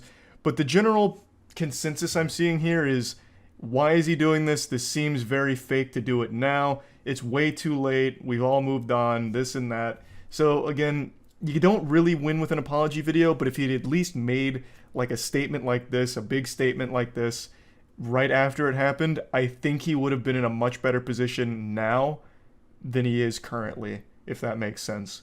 But anyway, I just wanted to talk about this since the slap is the gift that just keeps on giving. Somehow, there is still developments with that whole story that keep happening. Anyway, that's about it. See ya. What's up, everybody? It's Critical. I'm making this to say that I'm sorry. I was wrong. I fucked up. Last year, Tmartn made an apology video where he almost kind of apologized for scamming 8-year-olds into wasting money on his shit-ass CSGO website, and I called it the worst apology video that could have ever been made, and I was wrong, because Social Repos has blown that shit out of the water with this new humdinger here. So this man right here who looks like Marilyn Manson's asshole is a YouTuber by the name of Social Repos, and he was dating another YouTuber named Jacqueline Glynn, and he cheated on her, and obviously she's very upset, so she made a video about the whole situation to update people, and that prompted him to make his own response to it, and it's fucking abysmal. I'm not going to make the bold claim I did last year and say it's the worst that could be ever given on this site, but damn, you're going to have a hard time topping this one. You've got your work cut out for you if you're trying to make a bad apology this year. Yeah, I fucked up. I'm definitely going to lose some fans. I'm going to lose some friends. But there's two sides to every story. I wouldn't really call this a defense. Yeah, you're right. This can't be a defense because there's no way you could defend yourself here. But that doesn't stop him from trying. He's out here looking like the Joker about to deliver a monologue. You want to know how I got this gonorrhea? So I guess I would like to explain some things. All the brutal graphic details that she explained to everyone. So I'd like to give some very descriptive details of my own. Not to slander Jacqueline or anything, just to kind of, I guess, give you a deeper context. But why? How could having a deeper understanding of the context provide any type of justification for the cheating? I doubt it was some type of heroic sacrifice where the girl you fucked had a bomb in her pussy that would destroy the city if you didn't defuse it by sticking your cock in there. It really just seems like he's doing this out of spite because Jacqueline went into such brutal detail as he described, so he kind of just did this to try and throw some shit at her that would make her look kind of bad. He actually even deleted her comment on this video. I don't know entirely what the comment said, I just saw a picture of it and I only got a little snippet, but it was her kind of disproving some of the points he's about to make. And naturally, if you're making an apology to someone, the next logical step is then to remove that comment from the person you're apologizing to really let them know that you're sorry. I do deeply regret it. Honestly, some pretty shitty acting from him during this arc of the anime. It sounds like some House of the Dead 2 voice acting here. It kind of was a classic case of social media showing the best parts of your relationship on social media, so everyone thinks everything's just peaches and roses all the time, and it's just not. It's a lie. We were happy, but there's obviously a dark side to everything, clearly. I truly have no idea what point he was trying to make with this here. Oh, just a classic case of us showing the best parts. None of you had any ideas I was actually cheating on her behind her back. Just a classic case of one of those things, you know? Because I did cheat on her, just like I did my ex-girlfriend, which everyone knows about because of our best friend. I don't really see what there is to giggle about there. Oh, ha ha ha, you guys remember when I did this last time? Thanks to our best friend that blew that case wide open. Ha ha ha, classic best friend. Yeah, I betrayed a lot of people. Ha ha ha. I met Jacqueline, and she was perfect. She was an atheist. I don't know, she cared so much about me and just everything that I did, and I did care about her. And I don't know, everything just made sense. I cut a few things out here, but it really served no purpose. I don't even see why he would talk about it unless he was really trying to stretch this video past 10 minutes for ad revenue, which would be an incredibly douchebaggy thing to do, but I wouldn't put it by modern YouTube creators. What he was saying is he vowed never to have another public relationship since he cheated on his last girlfriend, but then he met Jacqueline, obviously had a public relationship. And he also talked about another promise he made a while back where he said he would never ever cheat on anyone ever again, and he was wrong. Just like my father when he said I would be 6'5" when I grew up. My dad is 6'5", my mother is 5'2", so luckily I split the fucking difference and I'm 5'6", so I'm really short for a 23-year-old man, and it really fucking sucks. Why couldn't I be 6 foot, Dad? Huh? Why couldn't I at least get close to your 6'5" towering Chad height? But anyway, I love this line from Social Repos. She was perfect. She was an atheist. What a low bar of entry to being perfect in this man's eyes. In this moment, I am euphoric because girl atheism. Yippee. Fucking, I don't know anything about these two, and I'm sure Jacqueline's a great girl for a lot more than just being an atheist. I imagine there's gotta be a lot more to somebody to make them perfect than just being a fucking atheist. But for some reason, this man cares so little about her, he couldn't think of any more good qualities other than her atheism. That's just fucking sad, really. And she kind of took me on with the thought that she could fix me, and that, you know, there's a lot of good parts that she saw in me. And you know, I commend her for that, but at the same time, you know, everyone did warn her, and... What an ironclad defense, fucking bulletproof. Jacqueline, you knew what you were getting into. People warned you. You should have expected this from me. You knew this was going to happen. You shouldn't have been surprised. You knew I was going to put my small pee-pee into other lady buttholes. This shouldn't have come as a surprise. This is your fault. It's incredible. He kind of just blames her for this whole thing happening. You should have expected it. This was going to happen, and people told you. Unbalance in the relationship even early on, which terrified me, and I could never bring it up to her.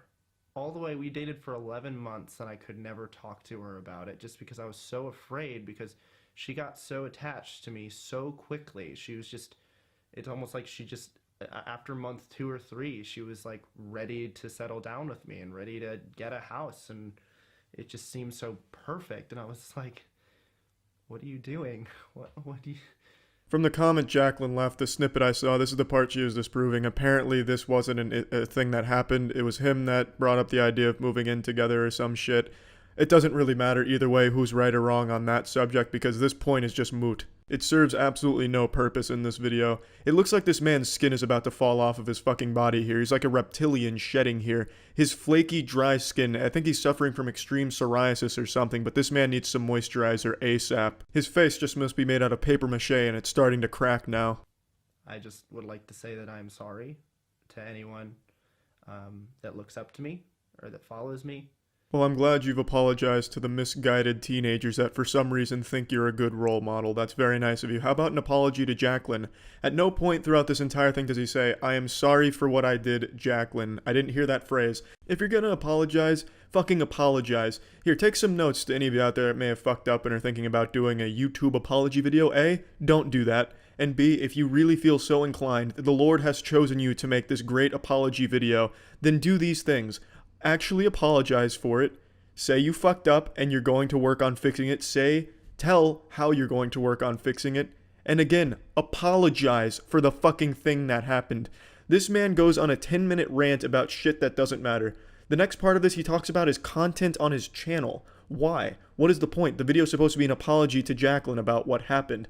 I cut a lot out to this point, but basically he drew the conclusion that he shouldn't be in relationships, he's not good at them. He also speculates that maybe he has a sex problem and should get help, but then says he doesn't believe in getting help. So about 9 minutes of this 10-minute video are just empty, useless words. He could have bent over and just farted into the camera for 9 minutes and it would have had the same impact of the shit he talks about in here. Fucking useless. And it's clearly I'm a careerist. I'm so deeply entrenched in Social Repos just as an entity that it comes first. It comes before all my love and relationships and even family to an extent. This is my life. I've chosen it, and I put my all into it. Oh, you poor hero. All the sacrifices you made to make mediocre YouTube content. God damn. My hat's off to you, Social Repos. If only we Cro-Magnon understood what it meant to be in your shoes, all of the women you've had to fuck behind your girlfriend's back. Damn, we would have so much more appreciation for the art you create here. You certainly are an expert careerist by cheating on a YouTube personality that's pretty fucking big, and then taking all of this negativity to your channel, losing a lot of subs. Man, you've really got careerism figured out, Social Repos. Take notes out there, any up-and-comers. This man's got it down to a science. I'm a little hurt that she kind of broadcasted everything.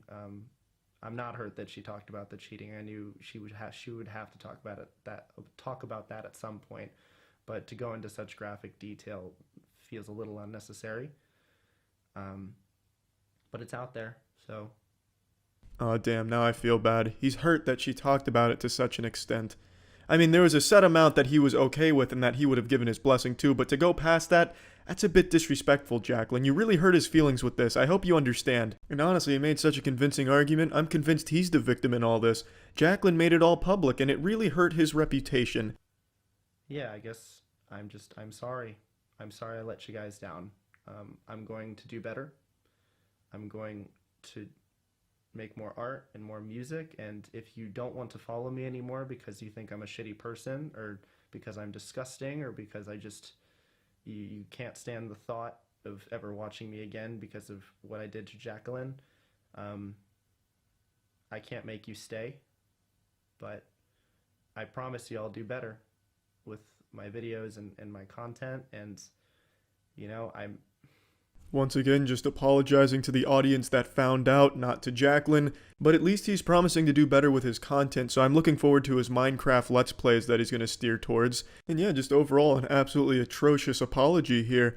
I cut a lot out, but there was a big rant about the content on his channel and how he was unsatisfied with it, so at least he understood what the big issue here, which was his content starting to slip up, not the cheating. That was just secondary. It's really all about the content, but he's promising to do better content, so yeah, that's about it. This guy seems like a big douchebag to me.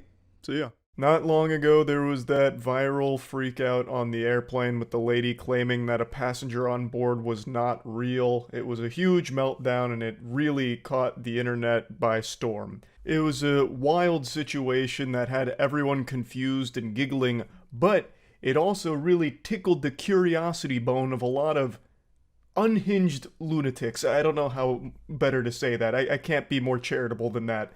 There were so many people that started to speculate that she was onto something. This was all a ploy from the deep state with their 15-minute city agenda where they're sneaking robot, android, soulless husks disguised as people on our airline flights. And only this woman was able to see behind the curtain for the truth of the matter, calling out a fake person. And it was just this crazy conspiracy web about how, like, she's actually correct, there are fake people on these planes and she's onto something. And then they even started making up their own fanfic about how she's missing, the government must have found her, tracked her down, taken her out behind the barn and put her down like a sick animal. Like, just executed her for revealing the truth and opening her third eye with the Sharingan. Just pure pandemonium. This opened Pandora's box of mental illness on Twitter in particular. But I'm happy to say we finally have closure. She was never missing. She's been totally fine, just a little embarrassed about the situation, and today released an apology video. That's right, an apology video. Not only that, but body cam footage of her escort out of the airport also dropped, so we really got the whole kit and caboodle on this case here. In the footage, she seems drunk, a bit belligerent, but that's not 100% confirmed. I wasn't there. I didn't run a fucking toxicology report or breathalyze her or have her walk a straight line or anything like that. But that's how it seems. Just using my astute little peepers here, that's the impression I get, is she may have been hitting the alcohol a little hard before going on the flight, which would help explain the outburst.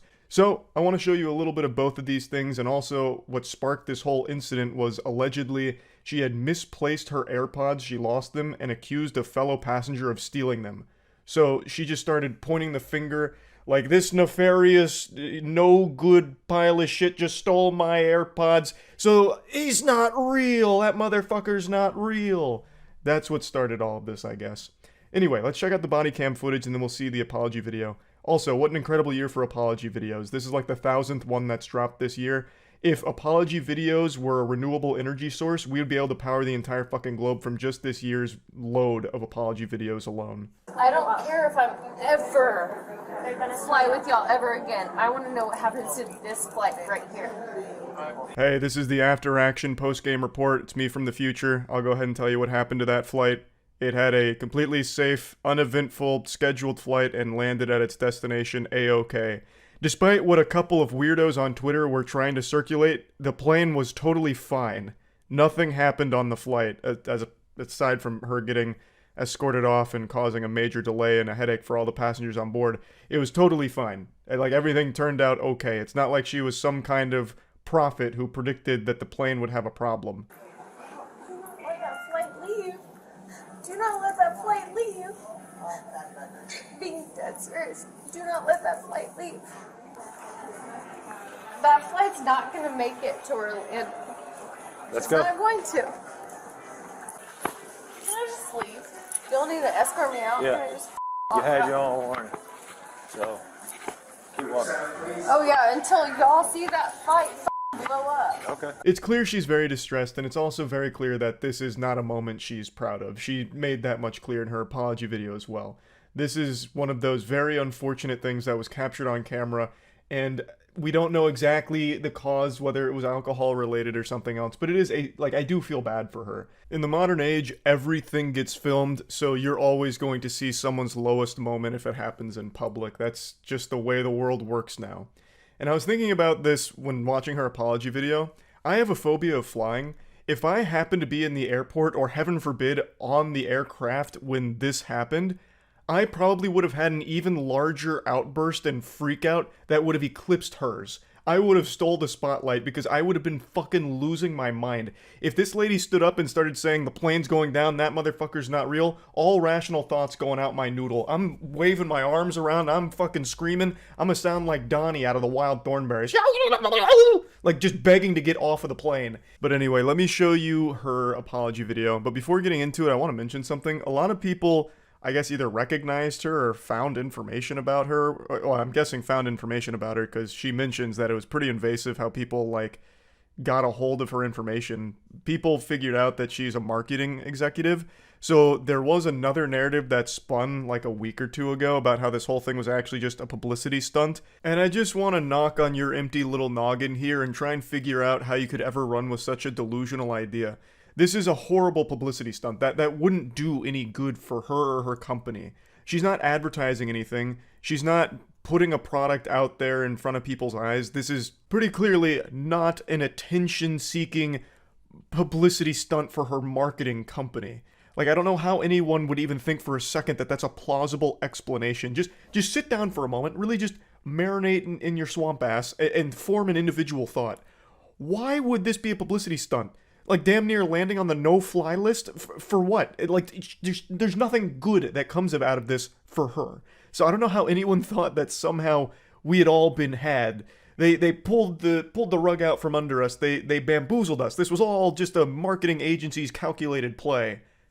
Somehow. It's so dumb. So fucking dumb. I wanted to mention that real quick. Anyway, here's her apology video. As you know, I have been unwilling to speak on the viral video, but I do finally feel that it's time.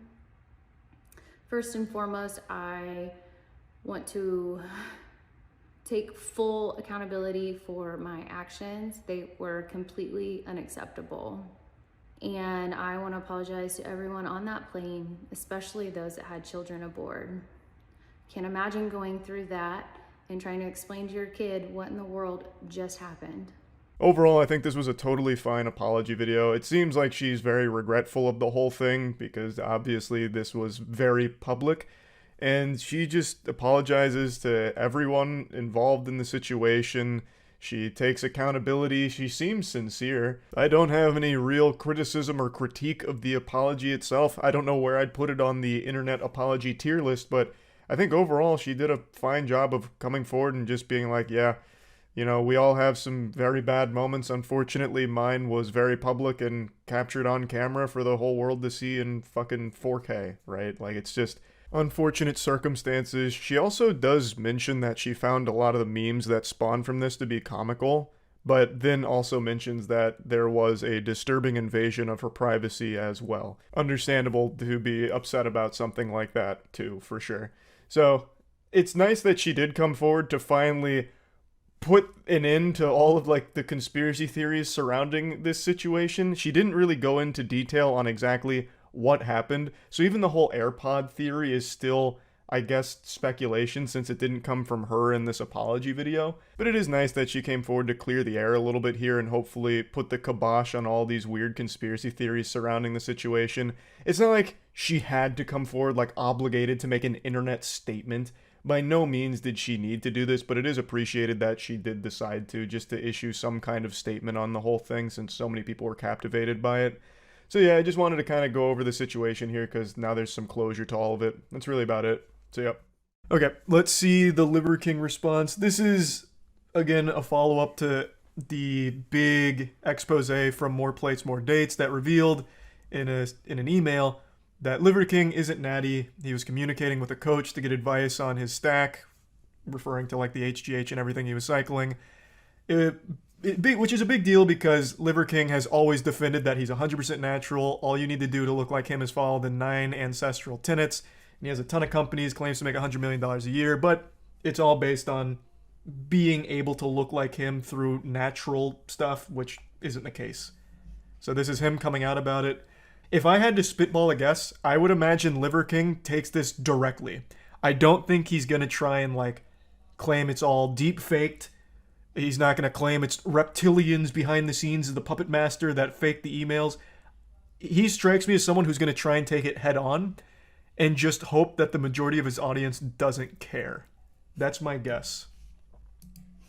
Primals, I'm making this video to apologize. Because I fucked up. This is kind of quiet. Because I'm embarrassed and ashamed. I've stated that this is a complicated as fuck topic, at least to me it is, because before social media, I was rich and anonymous, and after social media, I'm still rich, but no longer anonymous, and I never expected this kind of exposure. That was very frank. In the public eye. That's what I mentioned briefly in the video. Way before he was the Liver King, he was still super rich. Like, he was still very rich. Clearly, I did it wrong. And I'm here now to set the record straight. Yes, I've done steroids. Classic YouTuber sigh. And yes, I am on steroids, monitored and managed by a trained hormone clinician. Liver King, the public figure, was an experiment to spread the message, to bring awareness to the 4,000 people a day who kill themselves. The 80,000 people a day that try to kill themselves. Our people are hurting at record rates with depression, autoimmune, anxiety, infertility, low ambition in life. This is all very sweet and everything, but you deliver a message and then sell products based around the message, of which you just admitted a large portion of it, your physique, is a lie. Now, if you were just like a motivational speaker or just like a normal YouTuber, Instagram guy who delivers positive messages, that's one thing. You being on steroids and everything, like, that's not that big of a deal. But the fact that you constantly defended being natty and sell all these programs based around it, and then aren't actually the result of those things you talk about, is pretty misleading. Which he does admit, but spinning it as like this positive thing where I'm only here to try and help all of these people who are struggling isn't super genuine when you're making so much money off them. Like, you could still just be delivering that message for free. They don't need to like pay for it if your main goal is to just deliver a positive message.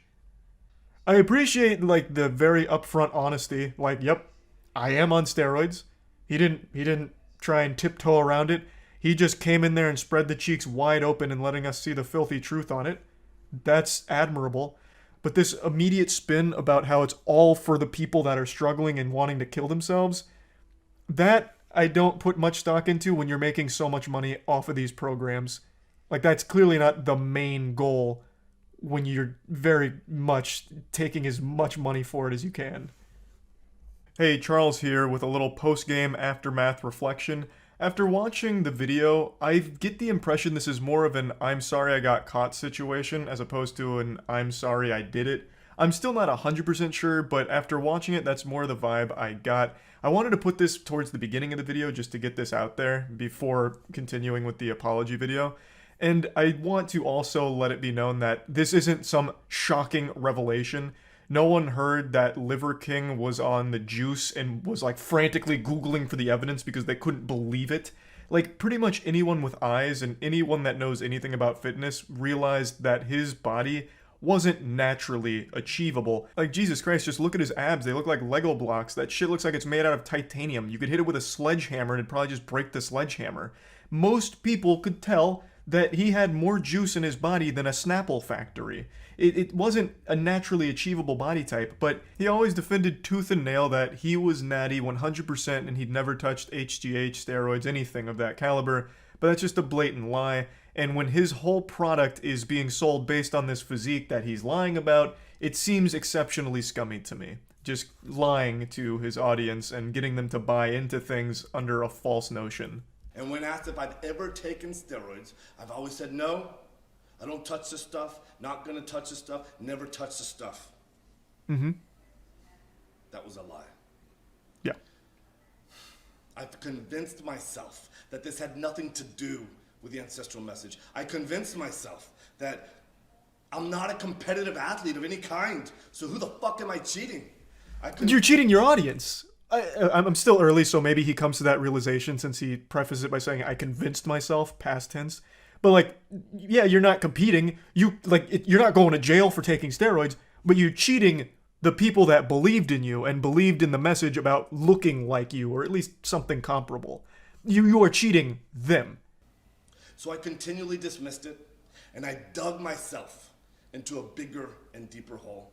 True. I have only myself to blame. I did that. That is And true. it was all wrong. I will be better. I will talk about it openly because I believe that there's a time and a place for pharmacological intervention monitored and managed by a trained hormone physician. Nope. The liver... See, like, had his message... Had he come out from the genesis of Liver King, from the primordial ooze of Liver and a King, if he had come out and been like, look at this physique. This is not a naturally achievable physique. I am on steroids. And then started preaching his message, I don't think he would have ever had a problem. He probably still would have found a very similar level. The spiritual pressure of the Liver King was too much for my internet to handle. It took out the entire power grid, so stream cut out there for a moment, so I'll finish my statement here. What I was saying is he would have still found a high level of success if he was just upfront and honest about his PED usage, because he still has an absurd physique. He has a body that looks like 3 Gears of War characters did a fusion dance. So people would have still went to his content for like workout advice and like general life advice, and he has preached some positive stuff as well as some genuinely wacky stuff that people eat up. They love it. So he would have still found an audience while being open about using these HGH steroids and stuff like that. And he wouldn't have had to lie to them and mislead them about what the human body is capable of achieving naturally. But if you're going to say, I'm natural when you're not, and then sell programs under the belief that they too can look like you, that to me just screams like scam. Like knowingly just misleading them. Yeah, I feel like Liver King's just living in the past where everyone was demonized for using PEDs. I feel like in the modern landscape of the fitness industry, like fitness influencers, most of them are super open with PED usage. I think most people know the majority of fitness influencers are on some level of juice, and they're okay with that. Why did I, or why do I do them? Well, it's not a When hard I talk question. about the 85% of the population that suffers from self-esteem issues, that's me. I'm part of that statistic. This is why I fucking work myself to death in the gym. This is why I do 12 to 15 blood-burning workouts a week, just to feel like I'm okay. That have shed light on this complicated as fuck topic. I knew I needed to take this opportunity. I just don't think it's complicated. He's probably being very honest about self-esteem issues. That's very common when it comes to bodybuilding. But it's also not hard to understand why you would take them in his position. He needs to stand out in the fitness industry. Well, how do you stand out in the fitness industry? You need to carve out a niche. Well, with so many fitness influencers out there, it's a saturated market. What niche? How about something primal? Something like very old school. Paleo diet was huge, so why not something even harder in that realm? And I'm going to really need to look super special to stand out. So you turn to enhancements like HGH and everything. It's a pretty easily understandable reasoning for taking it. Of course, self-esteem probably does play into it because body dysmorphia is so common with fitness. But I think probably the main driver, especially with the emails, makes it sound like it was a manufactured idea from the get-go. I need to get super jacked. I need to be super standoutish. So I need these pretty impressive stack to do that for my business. Seems more like a business decision. But of course, I do imagine he's being honest that there is a self-esteem element to that. But it absolutely, undeniably, was the main reason his brand was so popular. I am as sorry as a man can be. And all I can do is take extreme ownership right now, be better, and lead myself to a better life as a better human. Again, thank you to everyone for the support, the criticism, the love, the hate, and above all else, the loyalty. Liver King.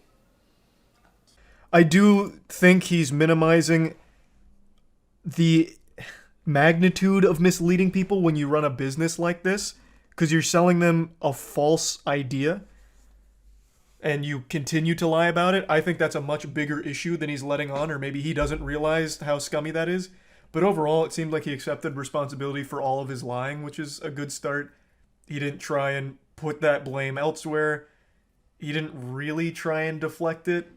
He downplayed that quite a bit, but it wasn't a horrible apology by any means. You think he's going to keep using it, or will he quit? And what's your guess on how much muscle he'll lose? He's not going to stop using it. I still think, even though his audience, judging by the comments, is very much on his side, if he didn't look like this, they would probably stop watching. And he knows that, so he's not going to stop. I think he's just going to be more open about it. I think that's the only path forward for him, but I don't see a world where he stops using. You all know how much I love awful YouTuber apology videos, but today I've got something truly special to show you. This is the magnum opus of saying I'm sorry. It doesn't come from a YouTuber either. This comes from a basketball player, and he completely redefined the apology video meta. He made an entire apology documentary. I'm talking about Draymond Green. Now, I don't know how many of you are some red-blooded American, brewski boofing, patriotic sports fans, but I'm going to break down the situation for those of you that aren't and don't know what I'm referring to. Draymond Green is a professional basketball player, plays for the Warriors, and recently he was filmed in practice punching his teammate after an argument. I can't show the video because YouTube will probably age restrict it for shocking and disturbing content, which it's not. So I'll just paint the picture with words here. So Draymond Green and Jordan Poole are at practice, and then some words get exchanged between the two. I can't read their lips, and the quality looks like it's straight out of 2001 off of a goddamn Motorola Razr, so the quality's fucking abysmal. Don't know what they said to each other, but they were some not nice words being exchanged. Perhaps Jordan Poole hit him with a SpongeBob reference that he didn't appreciate, something like, "Hey pal, you just blow in from Stupid Town." Then Draymond Green gets up in his face. Jordan Poole pushes him off, and in response to that, Draymond Green fucking cranks a mean one and lets a go-go gadget extendo knuckle sandwich fly, absolutely blasting Jordan Poole. I don't think it was a full-blown knockout, but Jordan Poole did hit the ground hard. Like, he went down harder than the UPS delivery driver throwing my packages at the door. But this is where this fight started and stopped. The team separated the two of them, and the video was leaked to TMZ, and this became a huge deal in the entire sports world. Afterwards, Draymond Green did issue an apology publicly, saying he was sorry for the whole situation and how embarrassed he was by it. But clearly he wasn't embarrassed enough, because he decided to shamelessly make a documentary about this whole situation as well. The man made a full-blown, goddamn Michael Moore-style documentary on his punch of his teammate.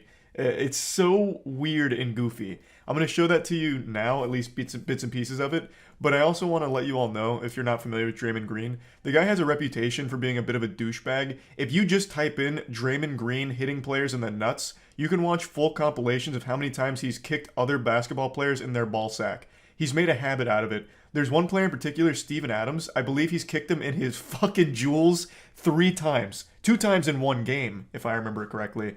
So he's got a reputation for being a bit of a dirty player and a bit of an asshole. So this was just a nice cherry on top of that already pretty bad reputation. Yeah, they pulled out all the stops for this one, all the bells and whistles. They got a professional voiceover here, making it sound very official, professional. And you would think most people in general would want to move on from a controversy like this. Just, apologize, put your head down and ignore it, so that way it will hopefully go away faster. But for some reason, Draymond and the whole team that put this piece together really like to roll around in the drama of this. making it a spectacle. I don't know what they thought was a good idea about this, making a documentary to explain the punch. It's totally unnecessary. I think everyone understands what happened here. Draymond got upset and punched his teammate. It's very simple. It's like the simplest story ever told. Yet they're making it seem like a very complex issue with very many moving parts to it that we don't fully grasp, thus need a documentary to explain it to our little idiot brains here. It makes no sense to me. They're just here trying to squeeze as much milk from this controversy as possible, just grabbing it by the tit to get as much juice from the squeeze as they can. Say, the reason you punch people is because you're upset and pissed off? Fucking truly groundbreaking revelations here. My third eye is open. My mind is being expanded. Just please slow down here, Socrates. We're tackling some very profound and deep things now. You're telling me there's a correlation between being upset and punching someone? No, what?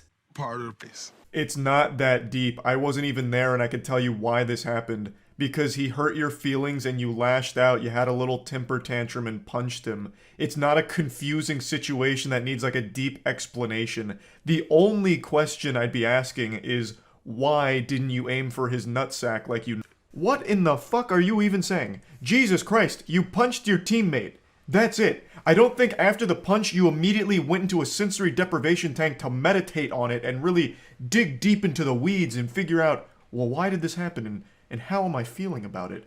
Like, did you go immediately and see a psychiatrist or something? Like, what are you going on about here? Jesus. Imagine Jordan Poole. You get punched and the guy who punched you makes a documentary about it. You already know Jordan Poole and the rest of the team are laughing at Draymond Green for this one. And rightfully so. The man is the protagonist of premium cringe right now. That's a clip from his, like, public apology when this first started blowing up, and I actually thought it was fine. He said, I'm sorry to Jordan, his family, his team, and then explained how he's going to try and make things right and make things better and get trust back in the locker room. And then a week later, he makes this absolutely insane documentary about the punch. So, clearly something went awry there. The first response he had, I think, was okay. He's just like, you know what, I fucked up. It is what it is, and I'm sorry. And now he goes full Hollywood here, sniffing his own farts, and makes a documentary surrounding this punch. That's where I go from here. That's where we go from here. Gotta love how this video is supposed to be like an explanation for why it happened and a little documentary surrounding it, but it doesn't even do that. It doesn't do the bare minimum. He just says like, well, why did it happen? And it's the process of understanding why it happened, but never even says why it happened. He never even explains why he did it. I mean, everyone knows why he punched him, like we all get it, but this whole documentary was built around the idea of, well, here's his chance to defend himself and give his side of, you know, what happened here and how regretful he is.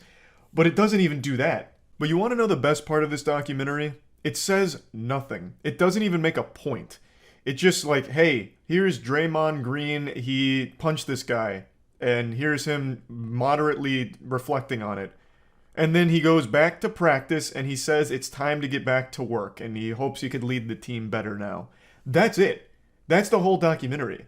Like, it has no purpose whatsoever. It's mind-blowing that this got made, but regardless, that's pretty much where the documentary ends. It's very silly, and I just wanted to talk about it because I think it's a wild set of circumstances here. Making a documentary about your outburst punching your teammate is such a bold move, and yeah, that's about it.